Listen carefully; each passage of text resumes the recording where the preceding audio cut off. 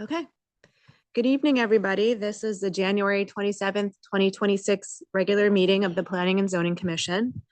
I'm going to take attendance, but before we get started, I just want to make two quick announcements. The first is that for the first time in my time on the Planning and Zoning Commission, we don't have any public hearing items tonight. So if anybody's here from the public, we are not taking public comment on any of the items this evening. So I just don't want to waste anybody's evening. And then the second is that Christina Larson is now a regular commissioner, moved up from an alternate, taking Paul Knag's seat. So I know you're not new, but welcome to your new role. All right, let's go ahead and take attendance. Tom Benton does not appear to be here. John Engel? Here. Chris Herring? Here. Eric Knowles? Here. John Chris? Here. Krista Nielsen, I'm here. Dan Radman, our chair, is absent. I forgot to also announce that that's why I'm leading the meeting. Alan Swordlow? Here. Christina Larson? Here. Megan Mensching? Here. And Bill Pratt? Here. All right.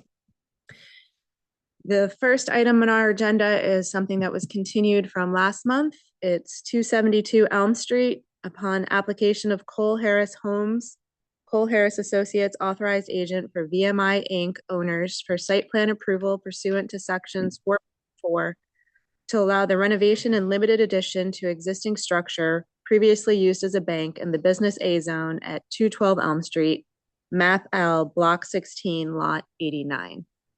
Do we have someone here from the applicant to speak to this application? We do, yes. Okay, thank you. Sure. May I begin? Hold on, one more thing. So Christina, you were seated last time. You'll continue to be seated on this as now a regular commissioner. Megan, I'll seat you on this application as well. Okay, yes, you may begin. Great. For the record, my name is Paul Harris of Cole Harris Associates, the acting agent for MCI Inc., who are the building owners and of 272 Elm Street, and along with that, the future tenant. To refresh your memories, this project is an interior fit out for a new pet provision store, along with a grooming service. And the reason we are before you is because last month we had reviewed a couple of proposed alterations to the exterior entrances. The main front entrance, which is on Elm Street, and a secondary entrance for the groomer, which is located on Grove Street. During the last commission meeting, there were a few suggestions from the commission on both some color choices along with some architectural articulation of some new doors, windows, etc., and their aesthetic relation to not only the existing building elements, but along with adherence to the village district design guidelines. Since then, we have gone back and reviewed the guidelines once again and are proposing some changes to what we had brought before you all last time we met that we hope will meet the commission's suggestions as well as the spirit of the district guidelines. And with that, I'd like to share my screen and describe what we have changed since we last met.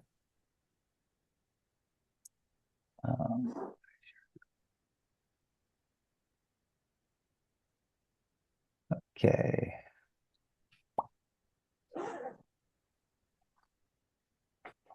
Can everyone see the building elevation on their screen? No. No. Okay. Let's try that again. Okay. How about now? Yes. Okay, great. So as you all recall, we were taking an existing marquee, which is the front entrance. This is a photograph of the building, which is some Photoshop over it that showed the new entrance on the building with a new automatic motion censored sliding door system with some door panels. The facade was painted a dark color, which had some resistance from a couple of the commission members. The reason this color was dark is because it's part of the palette of the brand of this new type of store. But however, with that said, we are open to being flexible on that. I'm sorry, let me go back one more slide. This is the existing building as it exists today, which was the bank with the sliding doors. These were actually regular swinging doors and the marquee, and we were suggesting to move it to this. The side entrances was also, this was more of an emergency exit that was there, and we were turning that into a primary entrance to the groomer, and we were proposing to panelize, much like the front, with a new glass door and an awning. Some of the comments from the commission had to do with the color being so stark, this dark color, and moving back into the front entrance. They felt the doors and the fenestration didn't match the existing building's more paned window configuration. We have kind of returned to you with an option for a front entrance. We're using a rendering now because it's a little easier to depict this as opposed to the Photoshop version. It's a little cleaner. And we're looking at 3 variations on this. Using the existing marquee, we've changed the kind of more contemporary doors with a paned front, which matches the existing building as it is. And we're looking at this in 3 variations on color. One, which was the color that we were hoping to have approved. The second one pulls out of the palette of the interior of the store. There's 4 primary colors of the Paws and Provisions brand. This is an off-white color, which kind of is a departure from the plain white that's on the building. And then the third variation option would be a standard white, which would go with all the trim that's on the existing building. So we do have 3 variations on the front entrance, all with the same more traditional type of door mullions. The side option follows suit of what we did with the front. We have an awning and a panelized facade. The door coming in has been replaced from a clean frameless door with one with mullions in it, which is obviously more traditional. And we have it in 3 kind of color variations. One is the dark one. The other one is the bronze one. The other one is in off-white, again, one of the colors out of the brand palette. And then the third choice would be to go with a standard white, which again matches all the trim on the existing building. We think all 3 of these variations would work on the building from an aesthetic perspective. And we also believe that we've taken the commission's comments and tried to improve upon what we had presented the first time. So with that said, I'm happy to stop speaking and open the floor up to any questions you may have. Thank you. Sure. Commissioners, do we have questions or comments for this gentleman? Go ahead, Mr. Swerdlow. Yes, first of all, thanks for taking our comments in the way you have responded. I think what you have is a better fenestration, as you described it. I prefer the lighter colors, but a color choice, and that is usually based on people's own issues with color or interest in color. But I do think the fenestration is better. I think it's more suitable for the building, and I certainly think we all appreciate the fact that you responded. Thank you. Go ahead.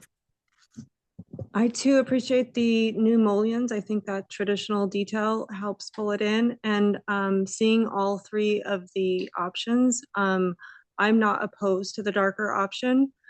Seeing the other options side by side, I feel like it connects to our village district guidelines in kind of creating more of a horizontal lower level as opposed to the one whole bank that it used to be. And I feel like, maybe even bringing in like another horizontal treatment like you have over the side entrance, the awning, could even be brought to the front, to the left and right of the main, just to connect those two spaces, but kind of keep that whole horizontal band. And I think that it kind of creates more of a village market look with the darker colors, personally. So I'm Great, sorry, thank you. you like the darker colors? I do like the darker colors because it kind of like creates this like a first floor feeling.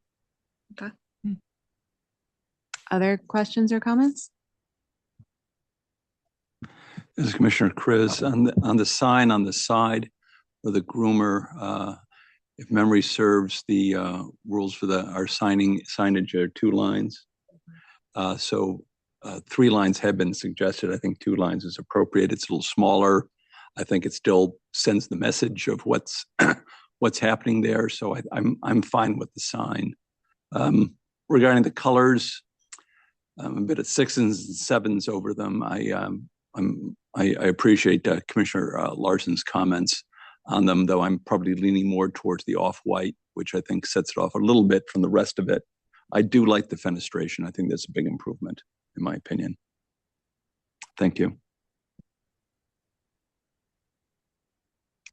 Any other comments or questions? Okay. Any conditions that anybody's mulling around before we move along on this? Madam Chair, I think the condition is basically we got to pick a color. Well, yeah, one of the colors. when we Besides go. that. I guess we don't, sir, did you provide the town planner with the size of the font and whatnot on the sign so that we know whether that's Sure. compliant? Yes, I did. I did go through this with Sarah. They do meet, they are compliant to the size. The sign on the side, the 2 line, that was a discussion during last month's meeting that the groomer could go on top, and the pause and provisions below. The pause and provisions meet the stipulation. They're half the size of the groomer word. So yeah, the signage does all meet the maximum allowed for the entire building. We are under that, and we do meet the regulation. They'll have to submit a sign permit when they're ready to go and do that. Where we'll need sign plans that have the exact dimensions, so it will be Okay, double checked a final time. but we don't need to condition that. That's just part of the No, process. yeah. Okay. All right. If nobody has additional questions or comments, I guess we can close this application and move to a vote. Sir, do you have? I have one. Can I add one last comment? Sure. While there seems to be a little bit more flexibility this evening on the color selection, I understand the draw toward trying to keep a homogeneous color palette on the facade. I think is important. One of the reasons why we had originally gone with something darker, it doesn't do it justice in this photograph, the Photoshop, is that we were trying to create a draw to the building because the building is rather large. When you walk in, it's a grand space. And we were trying to create something that was unique and easy to find the entry to the building. And that's why that dark, rich bronze color, that's where it kind of came from.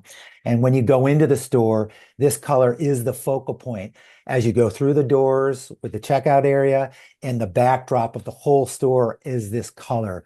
So if there's flexibility where you could leave it up to the applicant to make the final color choice, that would be wonderful. We'd appreciate that. If you guys feel like you want to vote on colors, that's I guess would be your prerogative, but we would love to see if we could push to get the dark bronze color. So anyway, I would leave it at that. Thank you. Thank you, Mr. Harris. I would just, Commissioner Chris, I would add that the lighting, the coach lights for the front, as well as the over the door light on the side, I'm fine with those. I thought they look fine, so I'm okay with them. Okay. Thank you. All right, well then this application is closed, and commissioners, because this is a site plan application, we can just go right into deliberation. Do I have a motion on this application? Or the beginnings of a conversation about a motion on this application? So I think I can propose a motion that we approve the application as amended, uh, given this date, and that the applicant can choose their own color based on the needs of their facility or their store. Well, would you limit it to the 3 colors that they provided? Oh, yeah, Okay. absolutely. Yeah, Good just point. Not, I mean, I would prefer not a white, lavender, but I don't 'cause I think it hear makes much of a lavender's difference. tricky. We tried lavender in the ice cream shop. if you remember. Okay. Does this motion have a second? I have a question for Commissioner Swerdlow. That would include the, also condition is that the fenestration of the side door as well as the entryway would be as shown in the application. Yeah, well, as I said, as presented tonight, which includes that fenestration. Okay. The only creative license they have is the 3 colors that they presented based on Mr. Swerdlow's motion. That's my understanding. Okay. One quick clarification, the old TD Bank had additional signage out in the parking lot as the cars enter. And it seems to be kind of in a pile on the side of the road in the last picture. So I just want to make sure there's no additional signage off building that We would not be permitting that, and if they proposed it or it came up after the fact, they would be required to either remove it or come back to you all for okay. additional Just to make sure that approval. we're not in blanket approving replacement of that. Thanks for that clarification, sir. Okay, can we get a second for Mr. Swerdlow's motion? Second. Yeah, I'll second Okay, so I have Swerdlow and Herring. And let me call to vote. Mr. Benton? He's not here. Okay, Mr. Benton is recusing. Mr. Engel? In favor. Mr. Herring? Yes. Mr. Knowles? Yes. Mr. Chris? Yes. Ms. Nielsen? Yes. Mr. Swerdlow? Yes, Ms. Larson? Yes. And Ms. Munching? Yes. Okay. So the application is approved. Thank you. All right. Next on the agenda is 43 Vitti Street. Upon application of David Rucci, Lampert, Tui and Rucci LLC, authorized agent for Columbus Center of New Canaan, owners for a site plan approval pursuant to sections 4.5.c.16 to change specialty establishment to a wellness center in the Business B zone at 43 Vitti Street, Map T, Block 75, Lot 619. Mr. Pratt, I'll seat you for this application.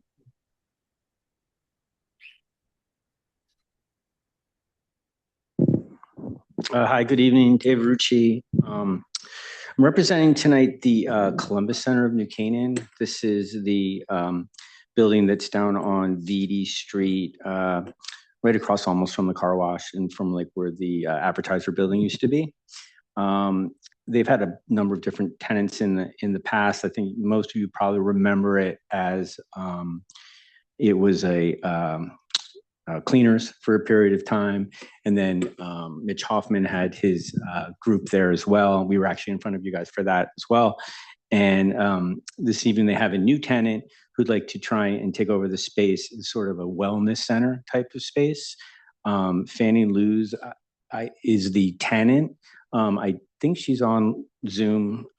She should have everything if you have specific questions for her. But under site plan application, we have to come back in front of you. Although the use is allowed in the zone, we need to go through it with you to make sure that you're okay with this new use in this particular zone. So 43 Vitti Street, I just took an overshot of this particular piece of property. Like I said, it's sort of across the street from the car wash, next to sort of those medical buildings that we put in a little while ago. I think the nice thing actually about Vitti Street, you don't realize is it actually has a lot of parking. A lot of these buildings over there actually have parking.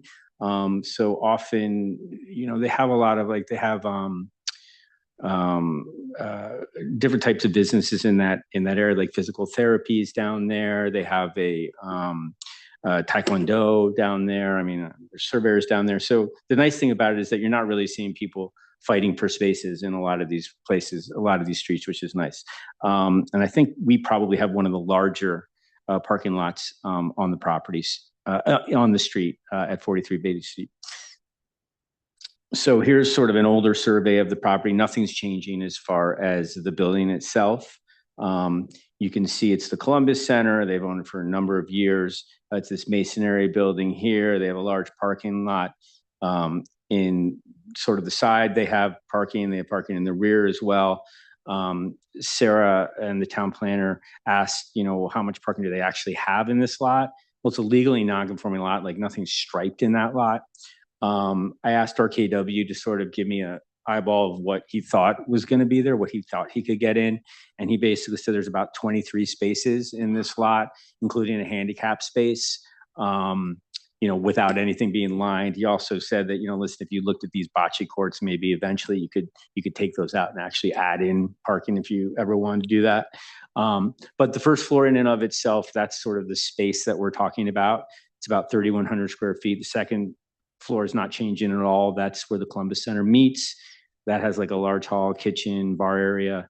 That will continue to be used. And most of the time that's used at night, or maybe on the weekends at night. I mean, it's not really used a heck of a lot during the day. So a proposal for the Strength Collective is what they're called, is to convert this first floor from personal services, which is what the Hoffmans had down there, to a sort of a boutique type of strength training. And my understanding of it is it's more for like adults to help with mobility. But they're small groups, because I asked her specifically, well, how many people are you going to have in here? And she said, listen, the most we'll probably have is 15, which would include the staff. Most of these are, smaller groups. They will have personal sessions as well. I put in the application what they thought their hours were. Roughly, it would be 6 a.m. to 8 p.m. Although she said mostly anything after 5 would be single training. They don't have necessarily classes at that time. Saturday is 7 a.m. to 1 p.m. and Sunday is 8 a.m. to 11 a.m. There's no change to the exterior of this building at all. Well, like I said, small groups, 2 to 4 clients, 6 to 12 participants. Maximum number at one time is going to be 15 people. That would include the trainers that are there at the time. Here's sort of a interior floor plan of what it would look like. This is sort of the entrance in the front here. They just have the turf area. There's some free weights in the area. There's some lockers in the back of the site. This is just what I was talking about a little bit before. There's about 23 spaces. The tenant, under the terms of the lease, has 15 spaces dedicated to them. And they also have the right to use overflow in the lot if they need to. I would also stay on Beatty Street, probably in and around them. There's probably another 4 to 5 parking spots on their side of the street, and probably the same on the other side of the street.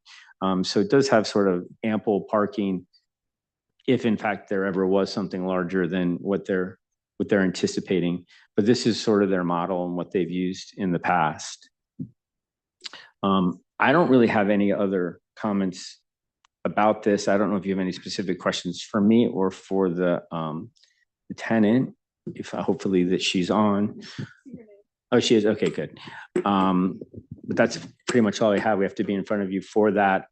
Sarah pointed out in her memo that since wellness centers don't have like an actual, you need X number of spaces for it, it's the commission's determination whether or not there's enough parking for this type of use in this particular piece of property. So that's one of the things to consider. Would you plan on striping the parking lot? No. Generally, that's sort of something that you don't really ever want to do if you don't have to. Just based on the fact that if you have a legally non-conforming lot, you kind of want to keep it that way, if you can. I assume this is not one of those, what is it, CrossFit or like Barry's Boot Camp, where everybody runs outside and down the end and then comes back in, halfway through. No, not that I'm aware of, but she should answer that question because we've done that before in town. Fanny, are you on the line? Yes, I am here. No, we are not a CrossFit affiliate and we are not going to have to use the outdoor space at all. This is Commissioner Chris. I had a question.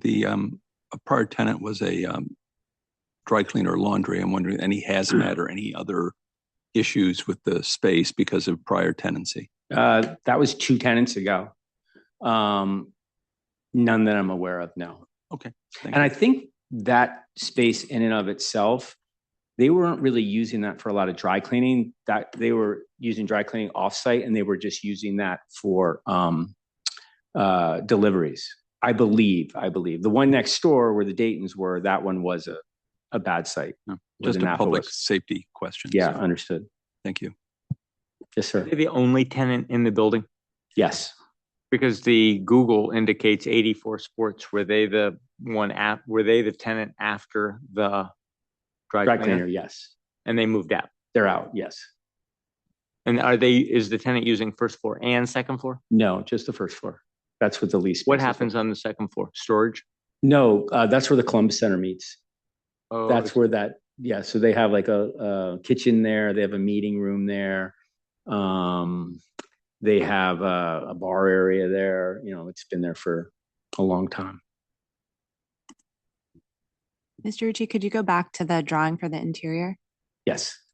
I guess my only question, which it's not a huge deal to me, but there's 2 doors, one from sort of the side parking lot and one from what I would call the front, which is the roadside. And the one from the front doesn't appear to be like the main door. I think people would mostly be entering from the parking lot side. I'm just wondering if it would make any more sense to have people entering from the roadside, but maybe most people would be parking in that lot and then entering through the area that says front desk. So I was just curious about the decision on where to put the main entrance. I'm not sure. There's also parking in the front too. Yeah. So I guess they could enter from both those areas.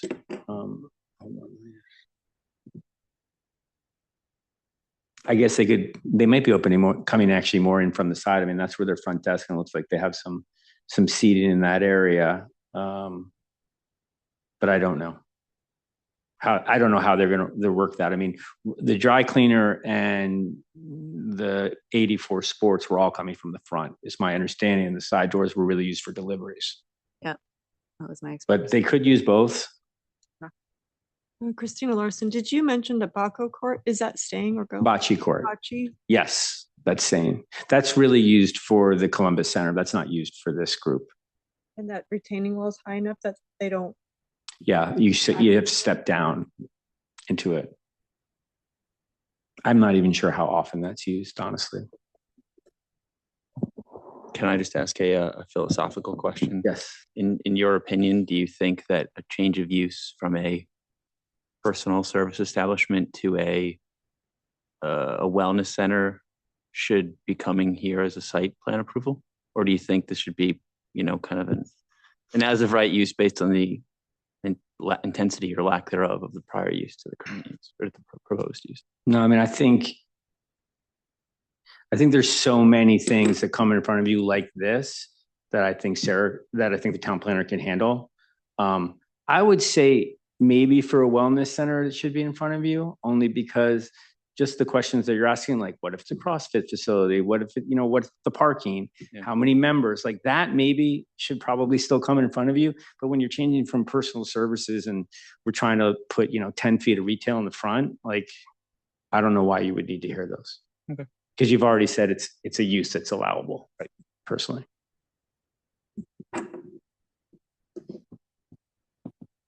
Just getting really good. 15 minutes. It was 16 minutes for the first application. Oh, I know. We're running up close I to know. 15 now, so we got to wrap this up, folks. Yeah. Any other questions for Mr. Rucci or the applicant? Okay. If that's the case, then we'll close this application and do our deliberations. Does anybody have a proposed motion that they want to put out? Commissioner Chris, I move we approve the application as made. I see this as a relatively low impact use of the building. In my opinion, there's ample parking, not only on site, but also nearby. I see no really serious negative externalities from this use. So I would be in support. Sarah, can I ask you a question? In terms of the parking, so I was trying to read the regulations. This is number one, a change of use requires potentially new parking. Okay. And I guess has an applicant ever come here and said, well, I can't fit it, even though you think I need it? And then what kind of happens in that situation? I'm not sure if that has happened in the last 5 years or so, but typically they would have to either apply for a special permit to get fee in lieu approval or get a waiver to reduce the number of parking spaces, which would be a little difficult in this case since what are you waiving, technically speaking? Or I mean, if the commission felt that it was not reasonable, we'd probably need to go out and get a traffic engineer to opine before you go and deny it, if you were going that route. Right. No, I'm just interested in kind of the rationale for why a change of use would require different parking requirement. That and then the commission gets to opine basically on how many spaces are necessary. Is that, I mean, in those cases, then do you then make these applicants have to provide a parking demand study? So that's not listed in the current regulations. It's a bit of a gray area, which again, we're hoping to address in the reg update. I mean, I'm going to recommend in the reg update that we don't have any unlisted uses, or if we do, we have a clear process for it. I agree, because I think it makes no sense to make an applicant in this situation come here and have to produce a parking demand study to define I agree. how much parking. So I think Completely. So that's, I'm just kind of, and I've said this before, that first of all, a change of use like this shouldn't have to come to us, and then the whole parking commission, it just seems, it screams of arbitrary and capricious if there's no actual study in front of you, and then that's very expensive to do. I agree. But anyway, And I mean, in this case, really all the commission has to hang their hats on is there's a statement in the regulation that says you need to compare it to the closest use that is listed in the zoning regulations. And I mean, frankly, there's not anything really close that's listed in your current how could you parking. judge the intensity of that use compared to, okay, thanks. Okay. Yeah, I support the application, and You second. want to make a second? Second. Oh, good. All right. Okay, so let's call this to vote. Mr. Benton, Yes. Mr. Engel, Yes. Mr. Herring, Yes. Mr. Knowles, Yes. Mr. Chris, Yes. Ms. Nielsen, yes. Mr. Swerdlow, Yes. Ms. Larson, Yes. and Mr. Pratt. Yes. Unanimous approval. Thank you. All right.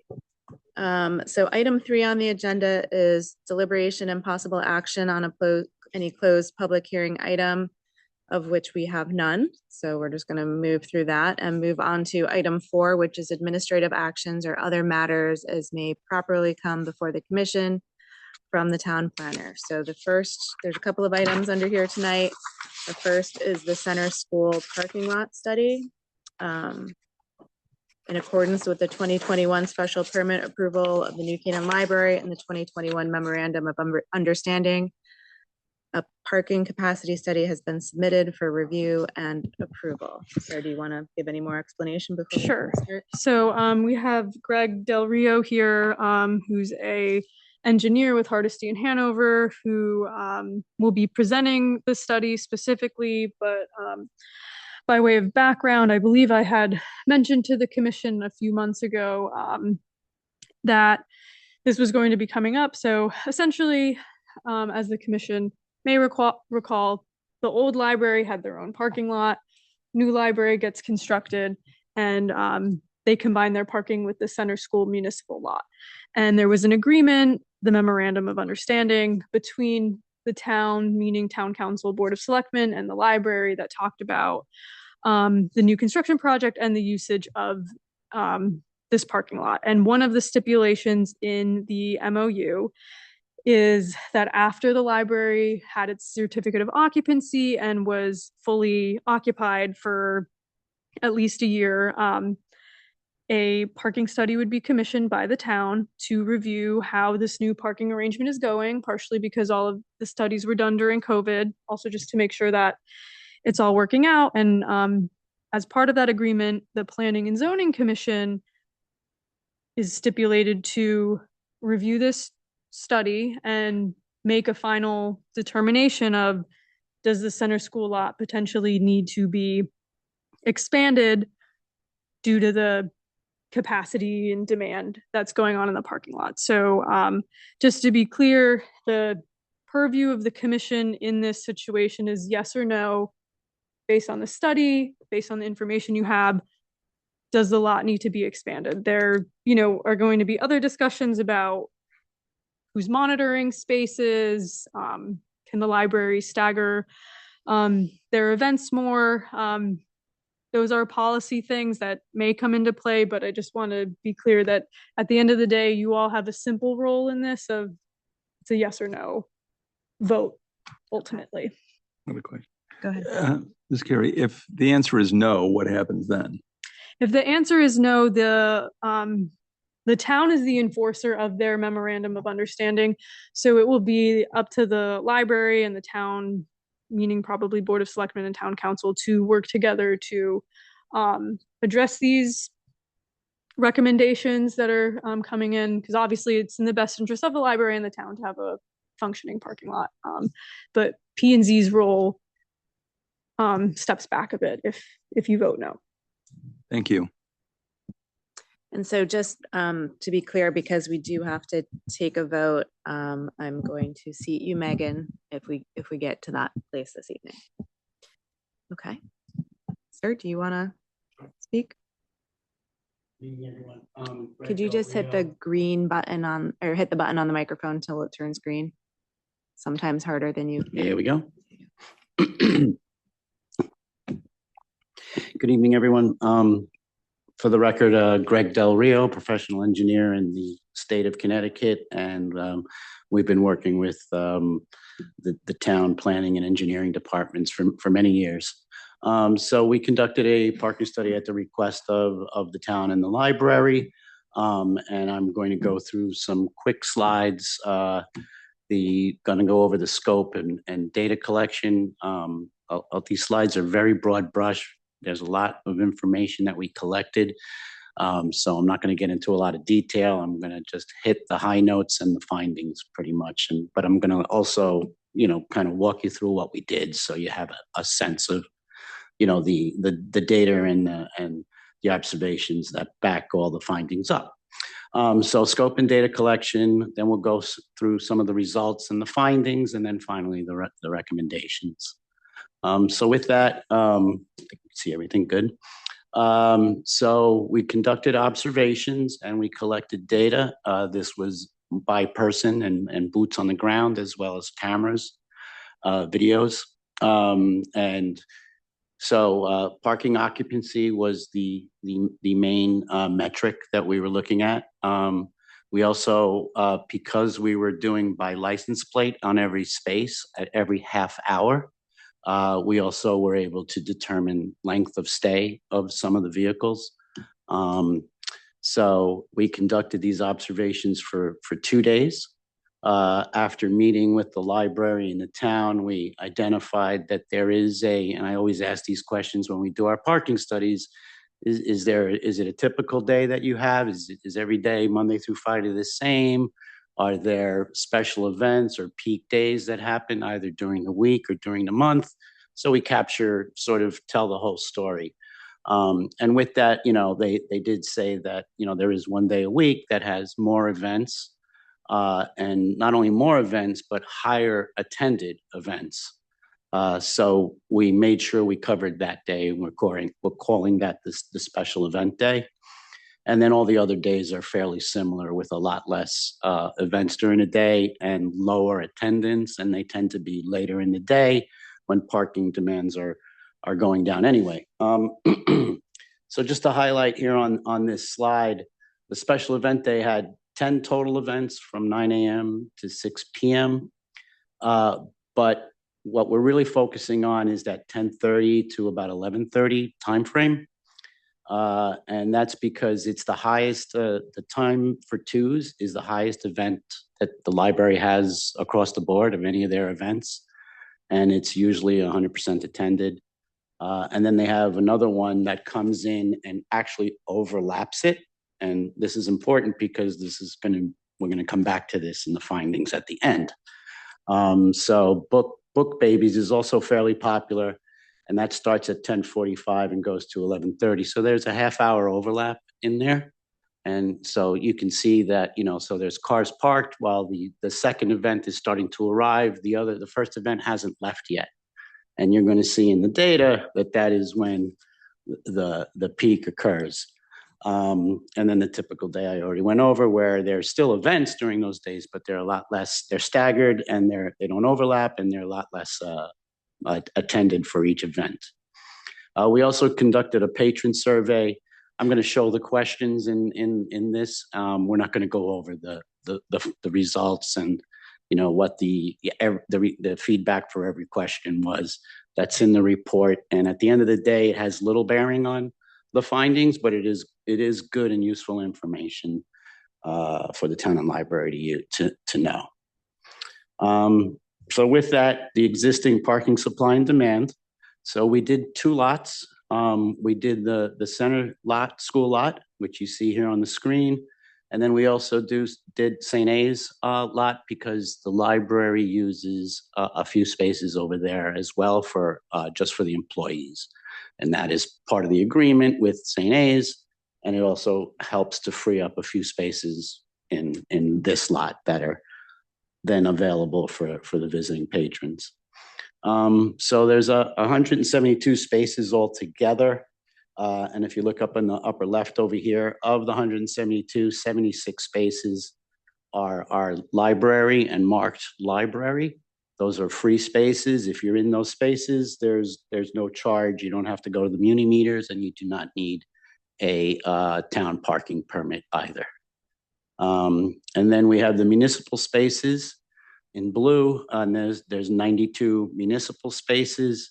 And then in the corner over here, there is 4 spaces altogether that is shared by the auto body shop over across the street. And that's also part of the agreement. So we're really focusing on the 76 and 92. Those 4 spaces are sort of more or less out of the count. And we did count them. They were pretty much occupied most of the time. At least 3 of the 4 spaces almost all the time. I don't include that in the slides because it's de minimis. And then for St. A's, the library spaces are 26 spaces that they have, and these are the spaces that are allocated for the library. I will note, and this will come back later on, that these are unmarked spaces, just like the rest of this. There's no way to tell that this is that this is supposed to be for the library during any part of the day. And then the staff that parks here has an identifier on their car to let them know it's a library, that they're associated with the library. I said we did a survey, so it was you can scan it. We also put paper surveys out on the main desk when you came in. And if you've ever heard of SurveyMonkey, and you answer these 5 questions. So how often do you visit? What modes of transportation do you use? When you drive to, if and when you drive to the library, where do you park? How much time do you usually spend at New Canaan Library? And when you go to the library, how often do you also visit other downtowns? And that's important because that helps to correlate to some of the data with duration of stay, for example, right? So it gives us a sense, and it's shared parking, and you kind of want to know all these nuances. It kind of helps for your overall management. So again, that's all I have on the survey. You can go to the report if you want to find out more about that. Just very quickly, we have a bunch of these charts. I'm only going to show a few of them at the total parking level. We have similar in the appendices of the report that shows the capacity and the demand just for the library component, just for the municipal parking, and just for those 4 spaces for the auto. This is total. And what you're looking at here is the event weekday. So out of the 172 spaces, which is the top red line for 100%, it reached almost right there for about a half hour between 10:30 and 11 o'clock. There was actually 1 or 2 spaces available during that half hour, but for all intents and purposes, it was 100% full, both the library spaces and the municipal spaces adding up 100% during that time. And the rest of the day, it never reached 100%. There was another small peak from 1 o'clock to 1:30, where it was about 160, and there was about 10 spaces available during that time. And then the rest of the day, you can see how it starts to tail off during the evening. So that is the special event day, and that would be the highest event.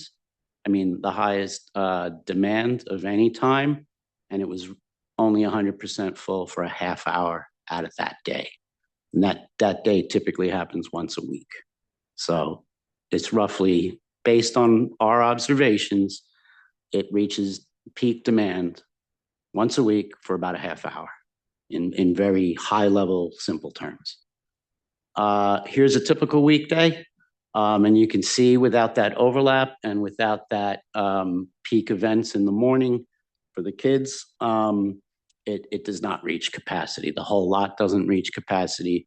I'm pretty sure the breakdown of the library spaces and municipal spaces were also less than 100 each. So there was a few municipal spaces left, and there was a few library spaces left. And again, sort of a similar pattern the rest of the day. It starts to die down, peaks in the morning, and then slowly diminishes during the rest of the day. And that's your typical day, the rest of the days of the week, typically.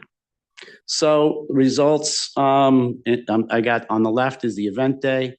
On the right is the typical day.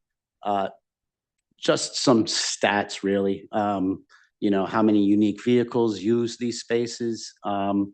So 430 unique vehicles total during the observations during the day. 265 was the turnover for the library, and 165 vehicles, unique vehicles, was the turnover for the 9 library.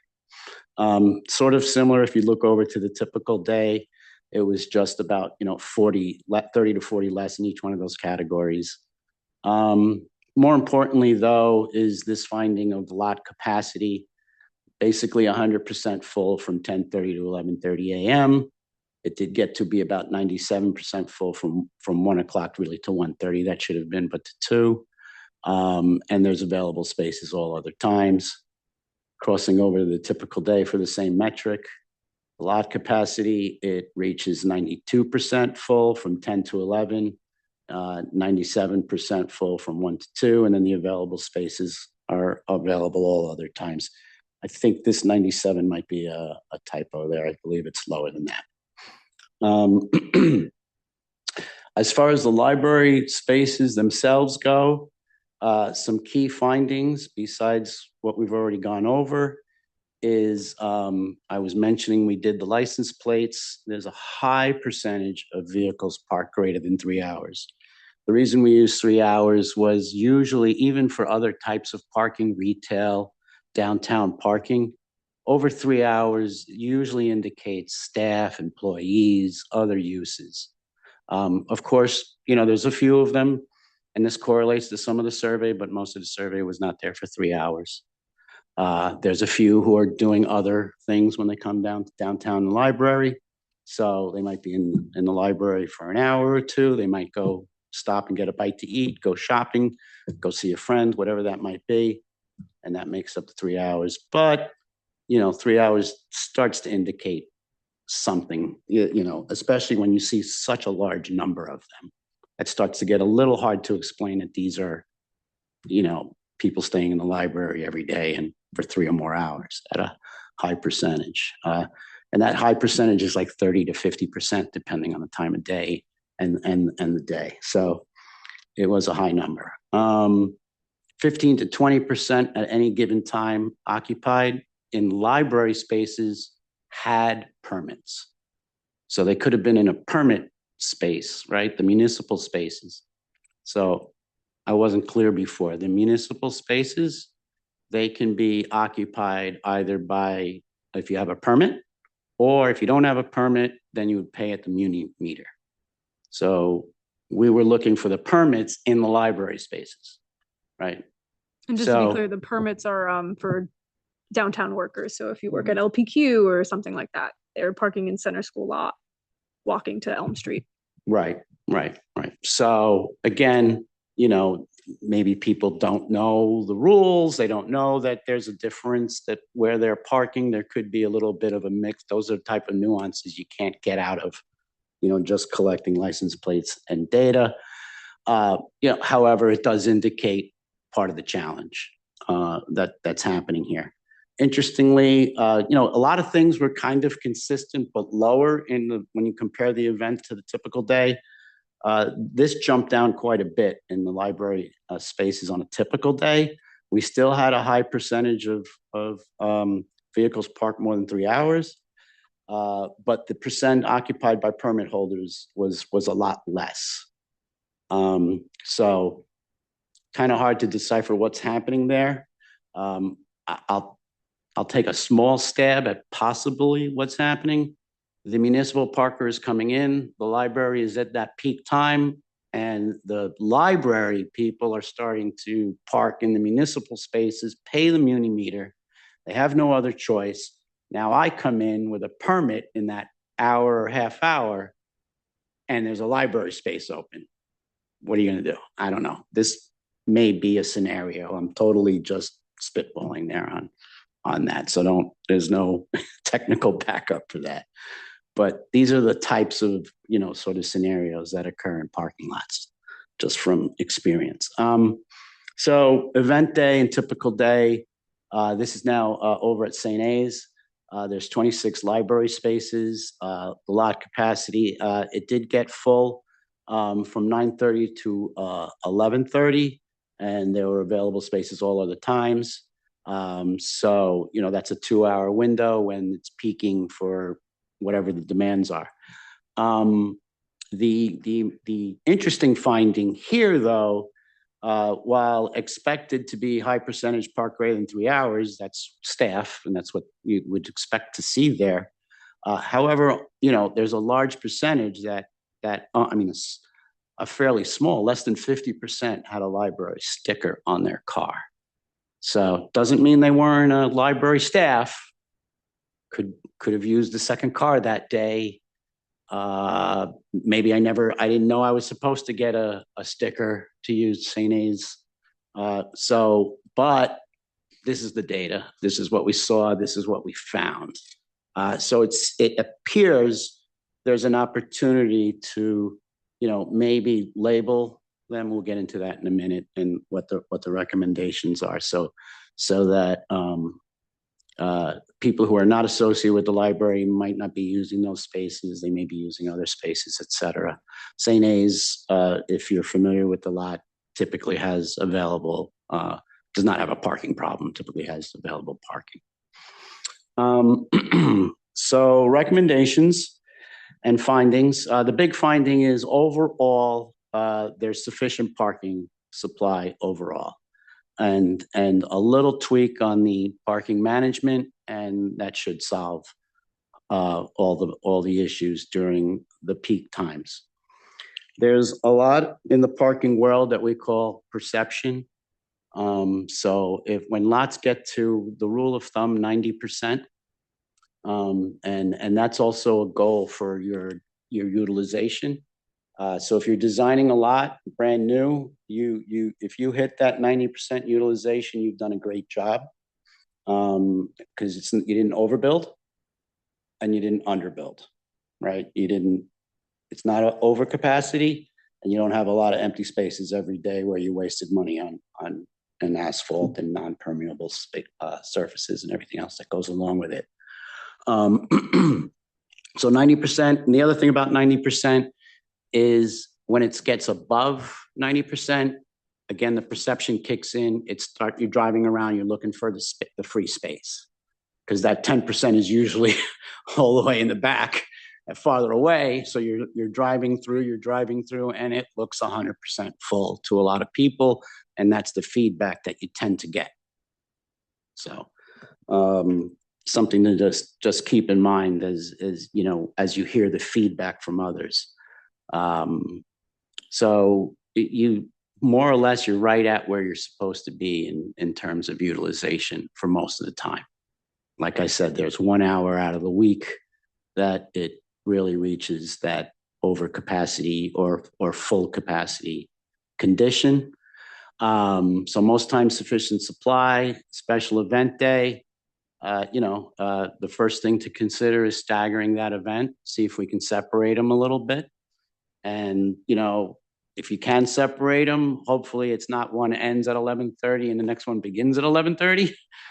15 minutes, a half hour might be just what you need to free up those spaces. So we're saying, then you can monitor the library spaces also for those permit holders and extended stays. To find out, maybe you can correlate who some of those people who are staying more than 3 hours are, and there may be a way to manage them back into the municipal spaces, or if they're staff, they can go over to St. A's, and that might be part of the solution. St. A's sufficient supply for the library permits, so we're recommending that adding signs and pavement markings to indicate library parking, so that those ones that did not have the parking sticker, but were not library staff, they don't know. It's just like the rest of the lot, right? I just like to park over by that row and those bushes. That's it. So a fairly simple fix to help manage that, and then again monitor those spaces for those non-library users. Simply, you can put somebody out there. There are a lot of ways. I'm not going to go into how someone else can manage their parking lots, but I think we've given the gist here of the findings and what can be done to make everything a little bit better. I think that's the last slide. So I'll open it up for any questions. So commissioners will ask questions. I just want to reiterate what Sarah said at the beginning, that our responsibility is really only the first bullet in terms of whether there's sufficient parking or not in the parking lot. The management is up to somebody else. So if we could try and focus our questions on our responsibility, that would be good. Anyone? I have a question on Zoomland. Oh, all right. Zoomland first. Go, Megan. Thanks. Just to clarify, the survey finding with the parking demand and available parking spaces, that doesn't differentiate type of parking spot, right? That's just the entire lot capacity? The graphic I showed you was the total lot. Okay. But we do have all the breakdowns by just we almost, if you want to, for lack of better description, treat them as two separate parking lots. The library spaces separately, we have that as, by itself, and we have the municipal spaces and their utilization by itself as well.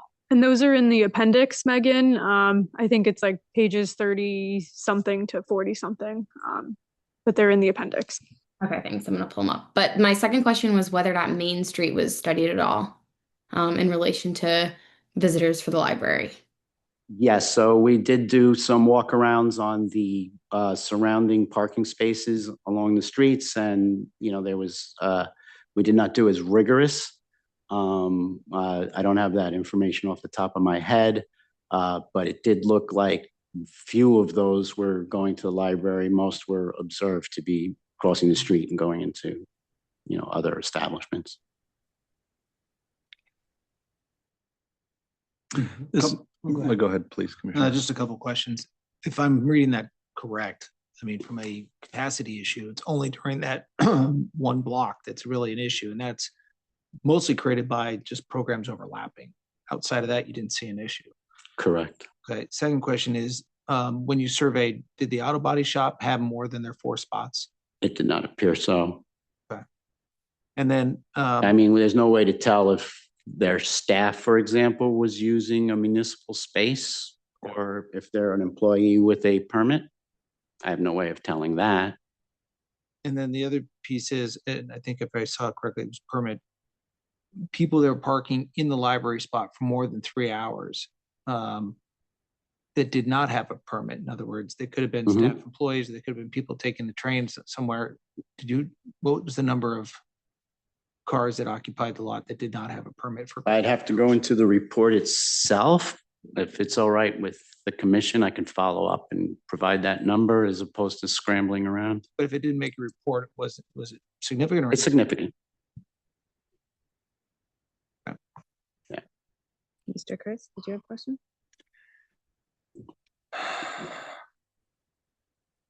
Give me another minute. Okay. Does anybody else want to go while Mr. Chris is thinking? Sure, I can go. So first of all, thank you for putting this together. Super helpful. And I guess I would find that it seems that aside from that, half-hour slot, it seems like the parking is sufficient. And it does seem like, given that our remit is to determine whether there's expansion or not, and given that parking lot is expensive to expand and an entryway to the town, I would advocate not expanding it. But the other thing that I wasn't sure if you studied is when I'm thinking about like the St. A's capacity, that's really an artificial capacity that's based on the library's agreed spots that they've basically bought, because the St. A's lot, if I'm understanding it correctly, is much larger than just those 17 spots. So you were just sort of saying, okay, for these I think it's 200 plus spots over there, what's the capacity of the 17 allocated to the library? Okay, I just want to make sure it wasn't of the 200 spot at St. A's that was the full capacity. No, we did not pay attention to the rest of St. A's. There's available capacity just by eyeballing it, but.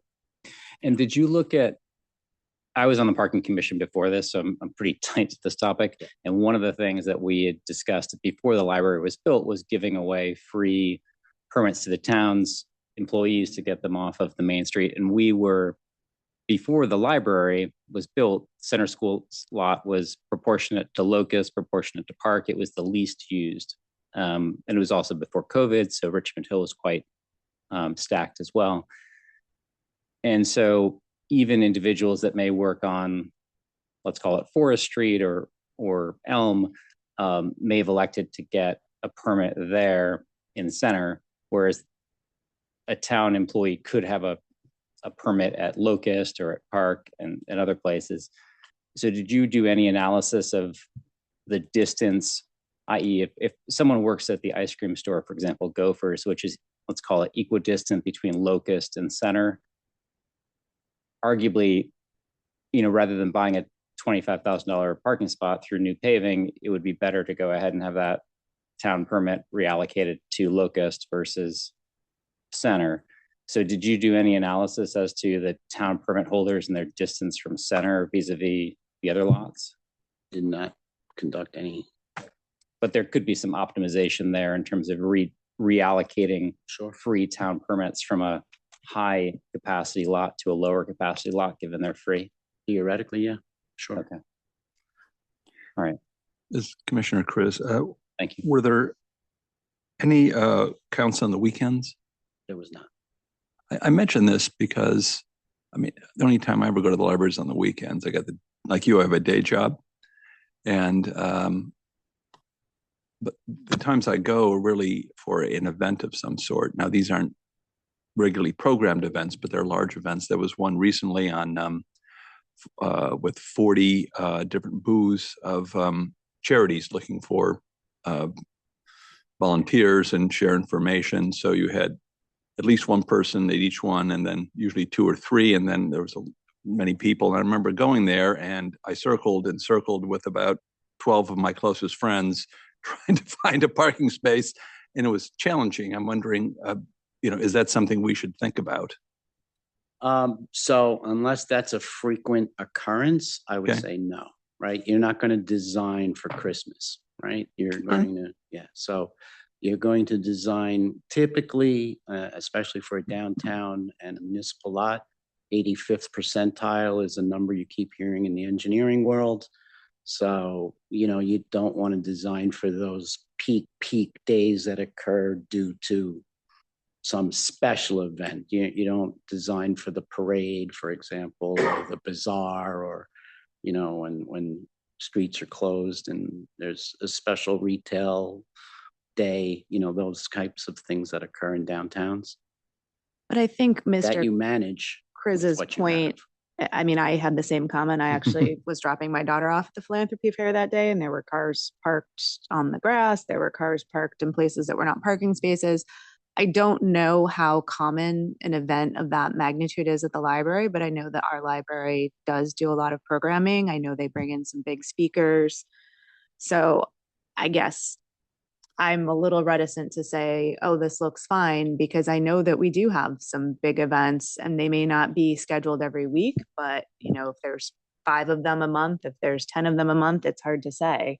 How Including the often. evenings. Including the If I could jump in on this, when we commissioned the study with Hardesty in Hanover, we had a staff meeting with myself, library staff, some public work staff, and we had the first selectman in one meeting as well. And we spent a lot of time debating what special event day to pick and whether a Saturday was warranted or not. The parking manager was there as well.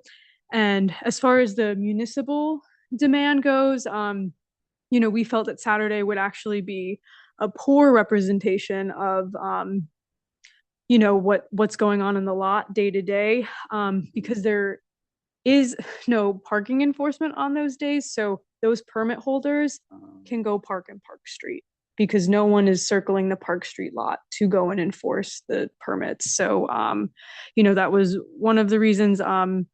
Also, Locust tends to be emptier on weekends, where again, permit holders can go park because you have no town hall staff there. Same with, the other town hall lots. So there was definitely intention on my part, library staff, parking staff, to not do a Saturday. We felt the opposite would happen, in that Saturday is not representative of what's going on most of the time. Okay, but if on, a Saturday where there's an event with a lot of people, yes, I mean, to me, it tells me that there's even more of a capacity issue, because library visitors are parking in municipal spots that are otherwise available because people may be parking in municipal spots that aren't being enforced on the weekend. And again, I have no idea. I have no sense of how often something like that happens, which is why it's a little hard to make a determination. And, some of this is just anecdotal information based on us living in this town and going to some of these events. But okay, sorry, Mr. Chris, I jumped in on yours. No, that's fine. I think we're talking about the same topic. I'd like to peel the onion a bit on the long hang time parkers and trying to understand the whys and wherefores on this. And if I remember your comments correctly, sir, you said that it's a lot of people there for a longer amount of time. It's somewhat unusual, and generally that indicates they're doing something else. Or staff. Staff certainly is something that might be addressable through license plates and so forth, I would assume. But assuming it's not a staff issue, which is up to the library to try to enforce their staff to park where they're supposed to, it seems like that maybe multiple uses of the library spots for something other than just a library visit. And I'm wondering, your maybe some more detailed thoughts on this, as well as what, if anything, could be done about this within our purview to try to generate more spaces. Appreciate any comments you have.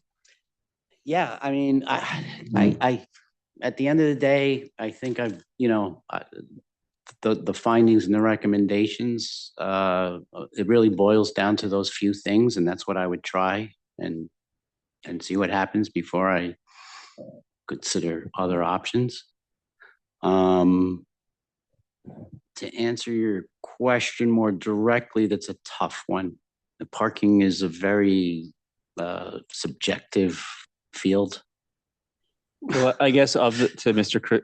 Chris's question, so those 3-hour chunks or those people, when were you seeing those 3 hours? Was it at 1 All to the 4? Yeah. There was no primarily in the morning, it was All day. So I Yeah, can. they could be from 9 till 11 or 12. Okay. It was from 1 to 4 or There's 5. no rhyme or reason that they were all staying in the They morning were- or they're all staying. Yeah. Okay. Yeah. And that- yeah. I mean, look, from a parking point of view, one of the things we like to see is park once. You don't want people getting in their car, driving out of the library lot and going to 2 blocks over and looking for another spot.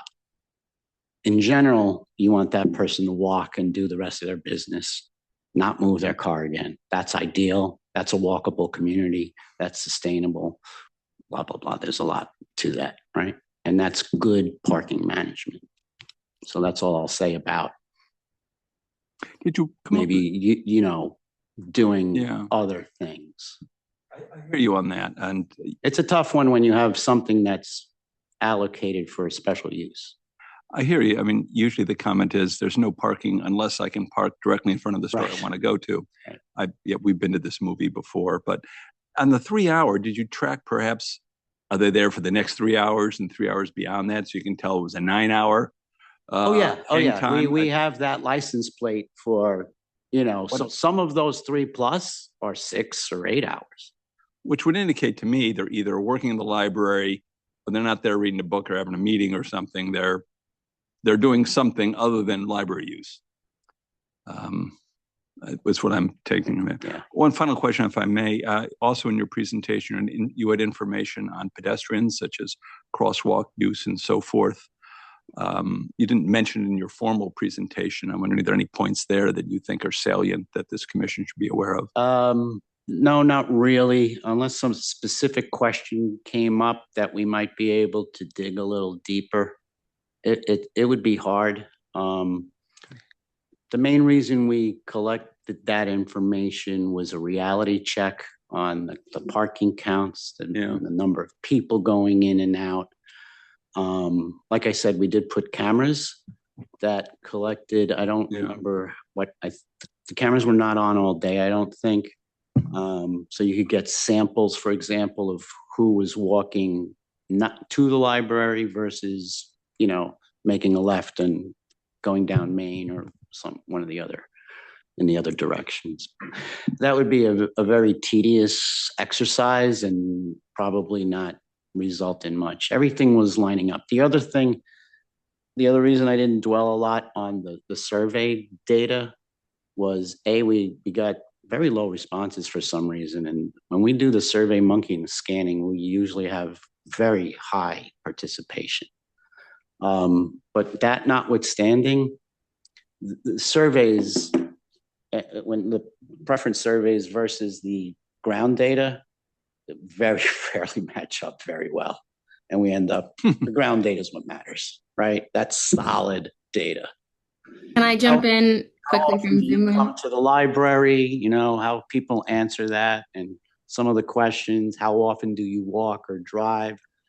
You know, if you extrapolate that data, it very seldom matches up. So we do it and we check, but at the end of the day, the ground data is governing. One more final question, sorry, it just occurred to me from your comments, very helpful. Does the library count, or has it counted footfall? I've seen this in, let's say, malls, shopping malls, where you park at the mall, then you go in. And so it's a way to track number of people per car and so forth. I'm sure you're familiar with all this. Yep. Any data there available that could be helpful? Again, it would be tedious. We have the data. We probably could get it. The library actually does door counts. There are nuances to that too. Who went out to take a break and get some fresh air and walked back in, okay. Right? Okay. Who went to go smoke a cigarette and walked back in. Okay. Thank you. Yeah. Thank you, Madam Chair. It's difficult. Ching, were you trying to ask a question? Yeah, just a couple of things. I think the questions about the permits and maybe redistribution are pretty interesting. I guess apologies because I did not see a survey out there. Otherwise, I would have participated. I'm at the library at least once a week as a mom of 2 young kids. I'm there on the special event day, as we're calling it, and I do not park in the lot ever. I'm always on Main Street, which is why I asked the question, because going to that lot is a disaster every time. So I'm sure I'm, anecdotally the experience feeling like the library does not have adequate parking, but I also go drop in, with my kids randomly, and I go to the monthly coffee, and it seems like those are the same experience every time. So I just want to point out that the ground data, and I'm looking at the other, charts that are available to us, don't seem to fully be telling the story here. So thank you, Ms. Mushing. One of the questions I have is in making a decision about whether the parking is sufficient, I guess the question is, what is an engineer's viewpoint on sufficient? Like what standard and where does it come from tells us what's sufficient? Because when I see 99, 97, 100% full, that to me does not seem sufficient. I would think we would always want to design parking to have a little left over. You don't want 100% capacity, but you're saying this is sufficient. So I guess I'm a little confused about what we should be basing this off of. So 90% capacity, right? 90% utilization of the spaces is ideal. As I mentioned before, you are below that every hour of the week except for one. And we think with a little bit of policy. If we're 100% full from 10:30 to 11:30 and 97% full from 1 to 2. I think that's a typo on the 97%, 1 to 2 on the second one. And okay, 92%. So. Yeah, everything I see up for there another, tells me we're that's not regularly above 10 to 90%. 11, that's another half hour there. So again, but if it were me, I would try and, Could you go back to those serve charts? and follow the recommendations and see if that works. Right? Go back to the charts that show the graph, the usage. Okay, so the left side is number of parked cars. It's not percent. Because just looking at that again, I would need it to show percentages, but I look at that and I say, wow, it's not like there's 2 big peaks where we have, 2 periods where it's very full and then it drops off and it's empty and then peaks again. It's regularly very full based on this chart. But I think this is the special event day, if I may speak. It's Ellen Corvado. Because that actually creates the right behavior. Sorry, just Ellen Corvado of the library here. I just want to point out, we are only talking on that slide about the special event day, which is not a typical day, and it isn't actually a day that would be recurring every week. On the day that this survey was done, it was really rather an exceptional day. I'm happy to give you some color on that if it's necessary, but just want to point out this isn't our daily experience. I'm sorry, I thought this was every Monday. This is Wednesday. The special event weekday was 10/29, and we do have 2 programs. It's actually mistaken in this presentation. We have a 9:15 class, which is quite full, and then we have a further class which occurs about an hour and a half later, so there isn't really that overlap. The 10:30 class that he was referring to only has 15 students in it. The bookended classes are for babies, and those are the bigger capacity. And on this particular day, October 29th, we had one very unusual case of a midday program where we were asked by a local nonprofit to sort of help them. Their existing space they were planning for a presentation fell through, and we stepped in to be able to support them. So we also did a fair amount of messaging out to people, which we typically do when we know there's going to be overlap, about different parking options and carpooling, et cetera. So I just want to say that a couple of things here. We spend a lot of time looking at the staggering in our own programming. We're pretty conscious of this. We hear from people when there is frustration about parking. But again, on this particular day, we had an extra adult program in the middle of the day that we did as a courtesy to a local nonprofit that I think really shows more of a spike than you would find on a typical Wednesday. Okay. And I'm sorry, Mr. Herring, you were interrupted when she was speaking. You were saying something about 85%. Well, thanks, Commissioner. What I was saying is that I think what I was doing was looking at the math, and it seemed to be, of the 40-hour work week, he was pointing out 1 hour or so, or half an hour, where it's up to the high 90s. So, a 1% of the week we're at full capacity, whereas I think the other days it seemed like the capacity was in the,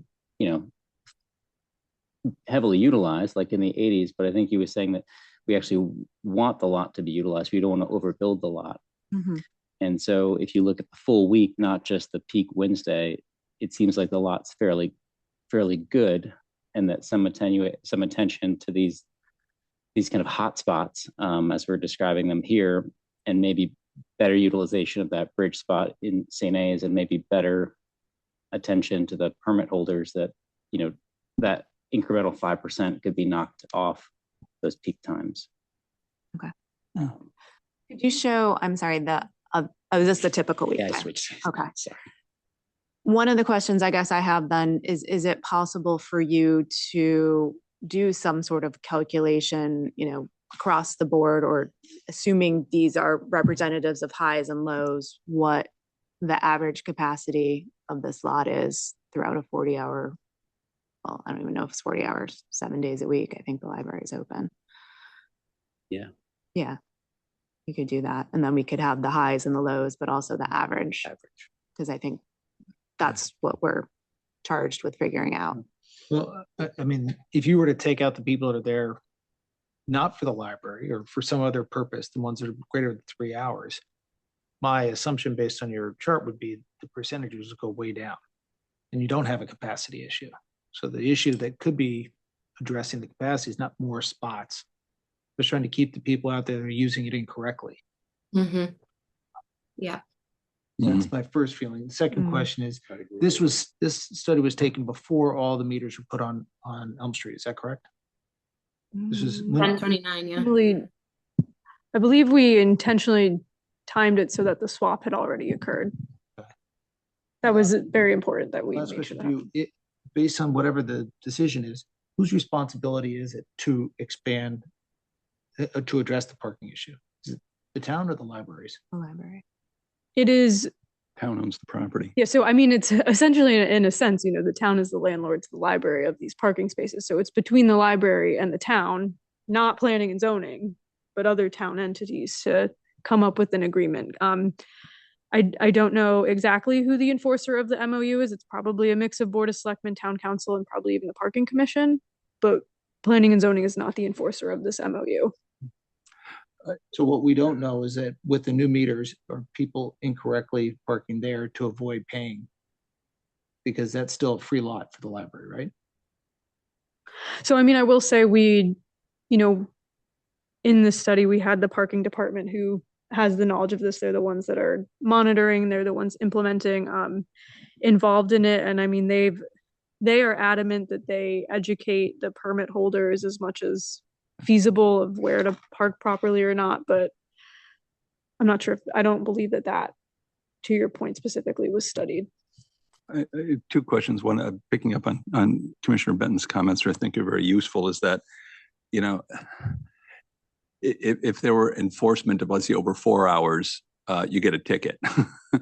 Now, there may be someone who's in the library for 4 hours, possible, but my guess from what I'm hearing from you, sir, is that's probably not a high percentage. If they're doing something else, maybe a way to generate, and whether that is really the solution to this. The other is I'm looking at the map of the library and where the spaces are. Maybe you want to bring that up for the up there, because I think I wonder whether one of the issues is simply where the spots are. So, for example, we have some of the blue spots that are scattered with that big strip of red, and they're like 3 spots at the end for blue, which I never quite understand what the master plan was here.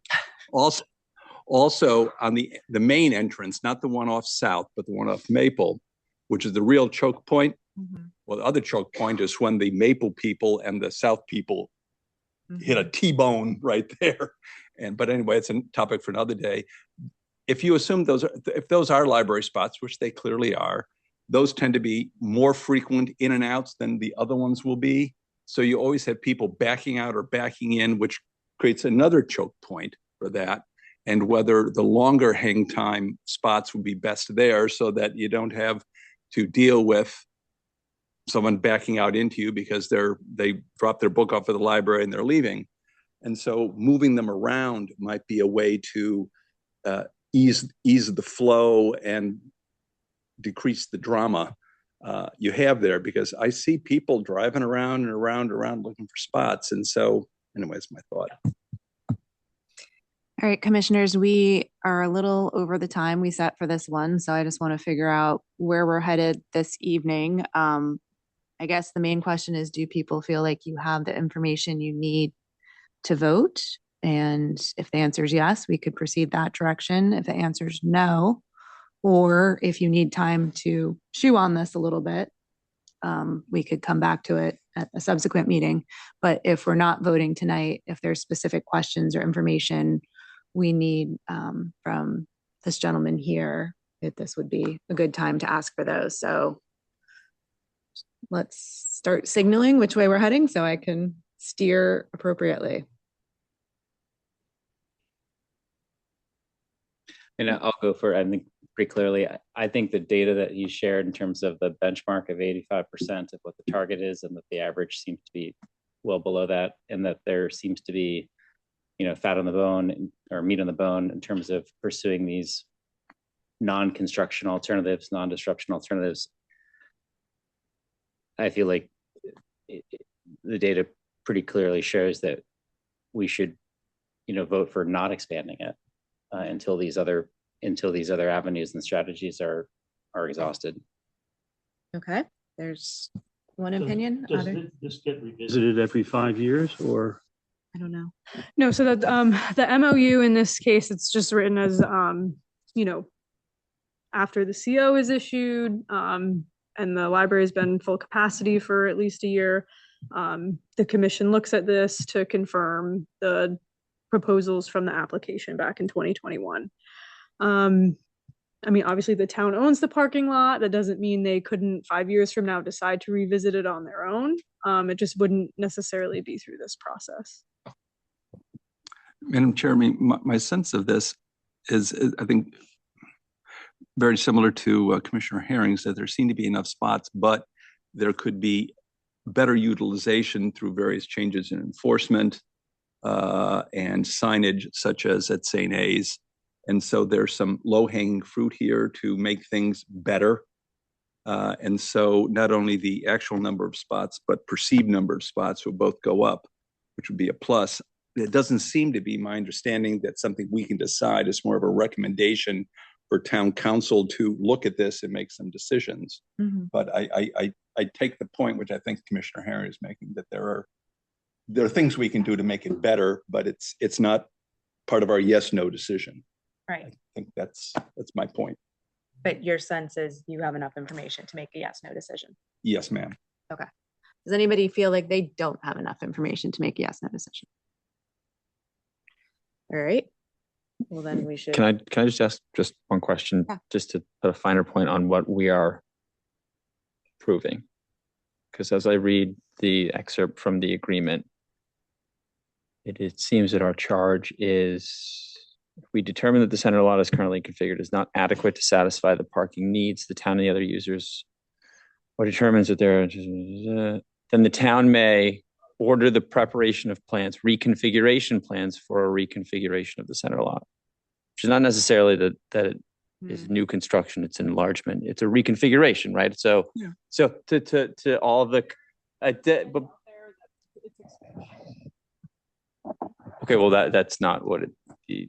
So we are either voting on expansion or not expansion, or are we voting on the ability to revisit some of these other, right? Because if we say no, then it just continues as is, right? Or if we say yes, is it automatic expansion, or is it other alternatives that may Right. be more fruitful. That's just I wanted to charge. My understanding of reconfiguration plans is that that means expansion. The town has very preliminary plans. I don't know if those are official plans or not, that show expansion when it says a reconfigured lot or reconfiguration plans. But if we say no to expansion, can we still ask for reconfiguration? Like, so I guess what do you saying mean no by to physical? Yeah, saying no to physical expansion, but still asking for, a closer look at the management or reconfiguration. So I mean, I would say management is different than reconfiguration. Reconfiguration would be, are you changing the entrances? Are you changing Restriping, where? right? I mean, there was, relabeling certain spaces. Labeling. For sure. Right. Chris made a comment of, are you relabeling spaces at the libraries up front? Management versus them around. Well, I mean, arguably it's reconfiguration. I just don't want to, like foreclose our ability to do certain things by saying a yes, no here. So I just want to know what exactly we are. I can provide a little. Sorry, input Mr. on Ricci, we're that. not taking public comment. I represent the library for some of this, so I just can maybe give you some background as to what you are actually looking at. I mean, Yeah. Sarah has said it. Yeah, no, I think we have the town planner advising us on this, so we'll stick with that. Yeah, so I mean,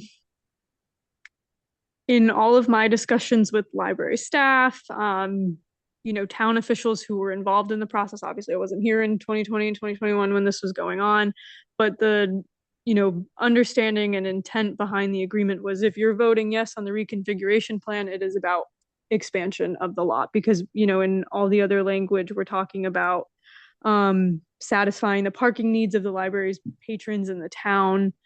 And, it's reiterating that, these plans would have to be submitted to the Planning and Zoning Commission for approval and construction.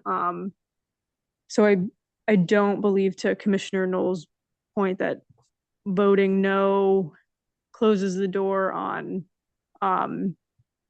changing the management of the lot. But again, that's no longer the Planning and Zoning Commission's purview because you have no purview over how municipal lots are managed. You don't for any lot.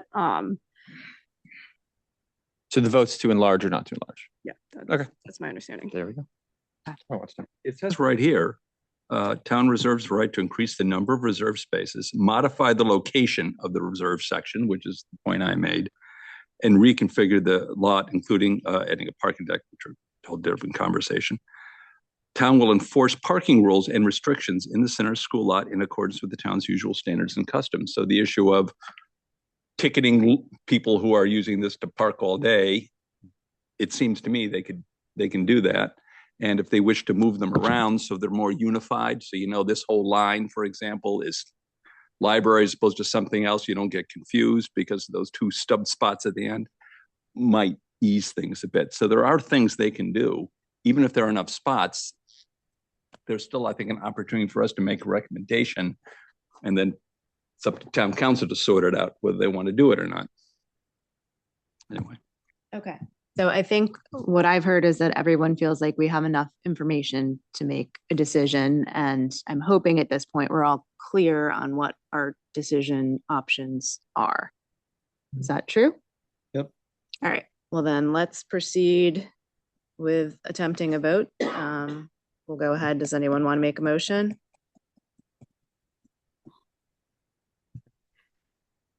I'll make a motion to not expand the lot at this point and to have the town pursue management options to optimize as it currently sits. Commissioner Chris, I'll second the motion. Okay.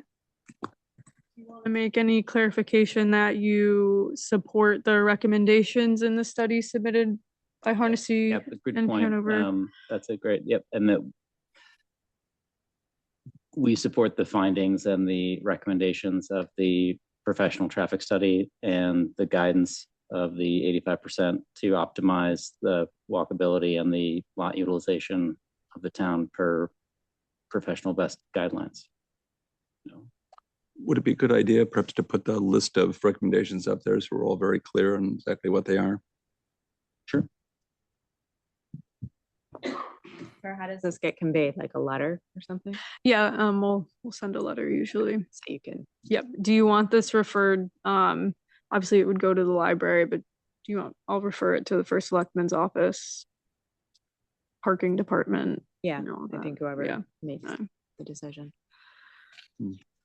So we will include these, reference the recommendations or tell them to see these recommendations. Yep. Okay.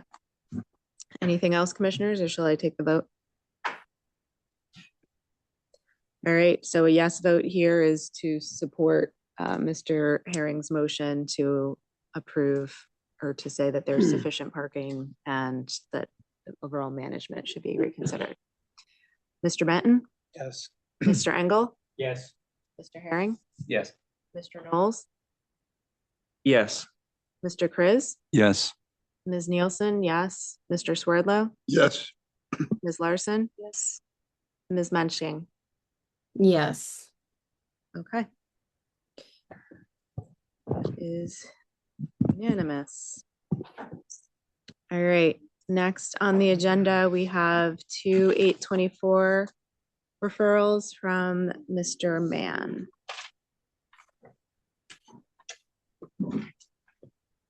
Mr. Pratt, I'll seat you for both of these just for ease. All right, thanks.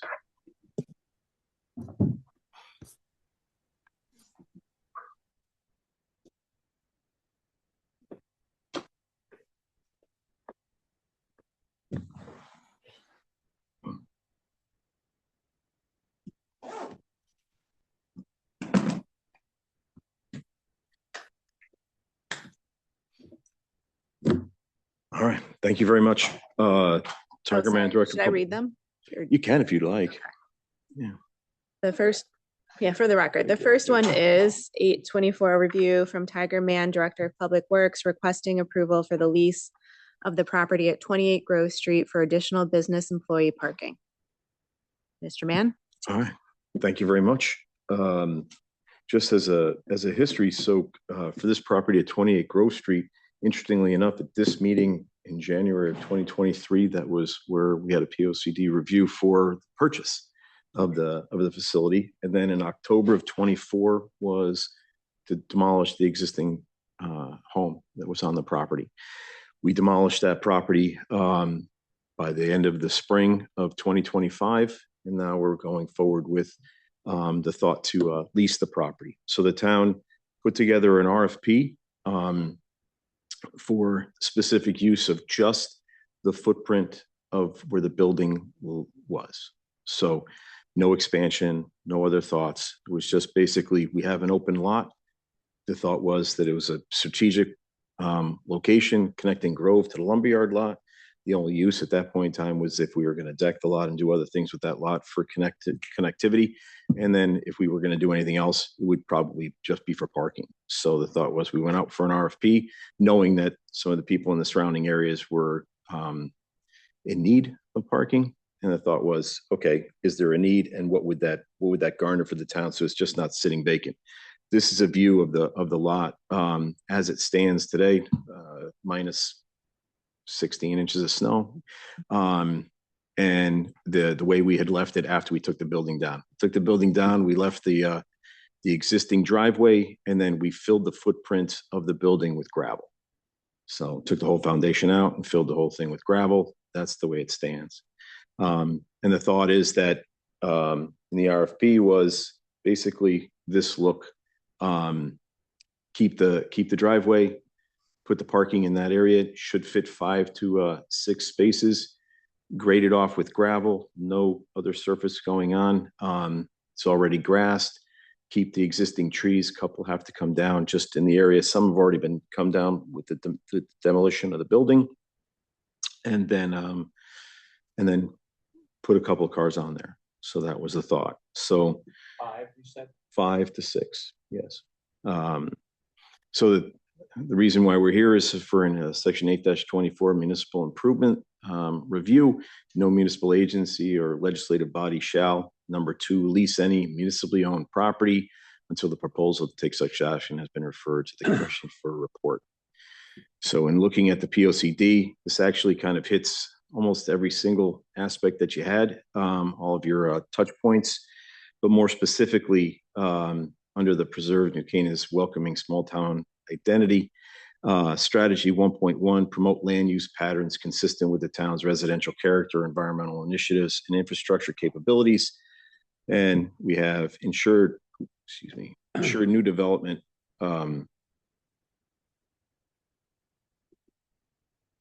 Lost my screen here. Ensure that, ensure the new development is complementary to existing land use patterns. We've got a very large lot adjacent to it. We've got large lots across the street. The thought was when we bought this parcel that it would be for parking. We consider that to be very consistent with the plan. And then strategy 1.1.2, enhance town's aesthetics through building design and natural landscapes to maintain New Canaan's historic New England village qualities.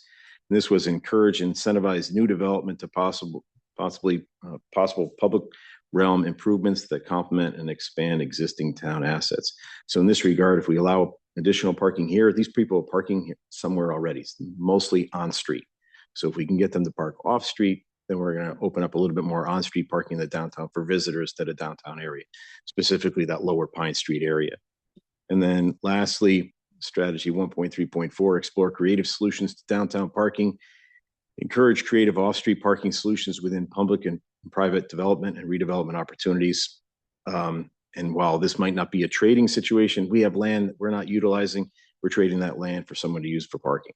So in essence, we feel that it does fit with the plan. It's a little bit of a hard mix to find inside the plan to add additional parking, but we feel that without this, the lot would just sit fallow. No other use for us at present.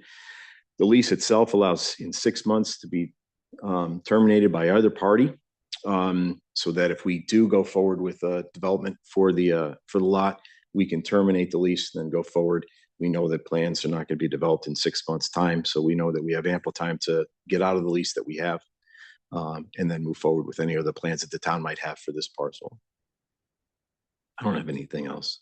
Okay. Commissioners, questions for Mr. Mann?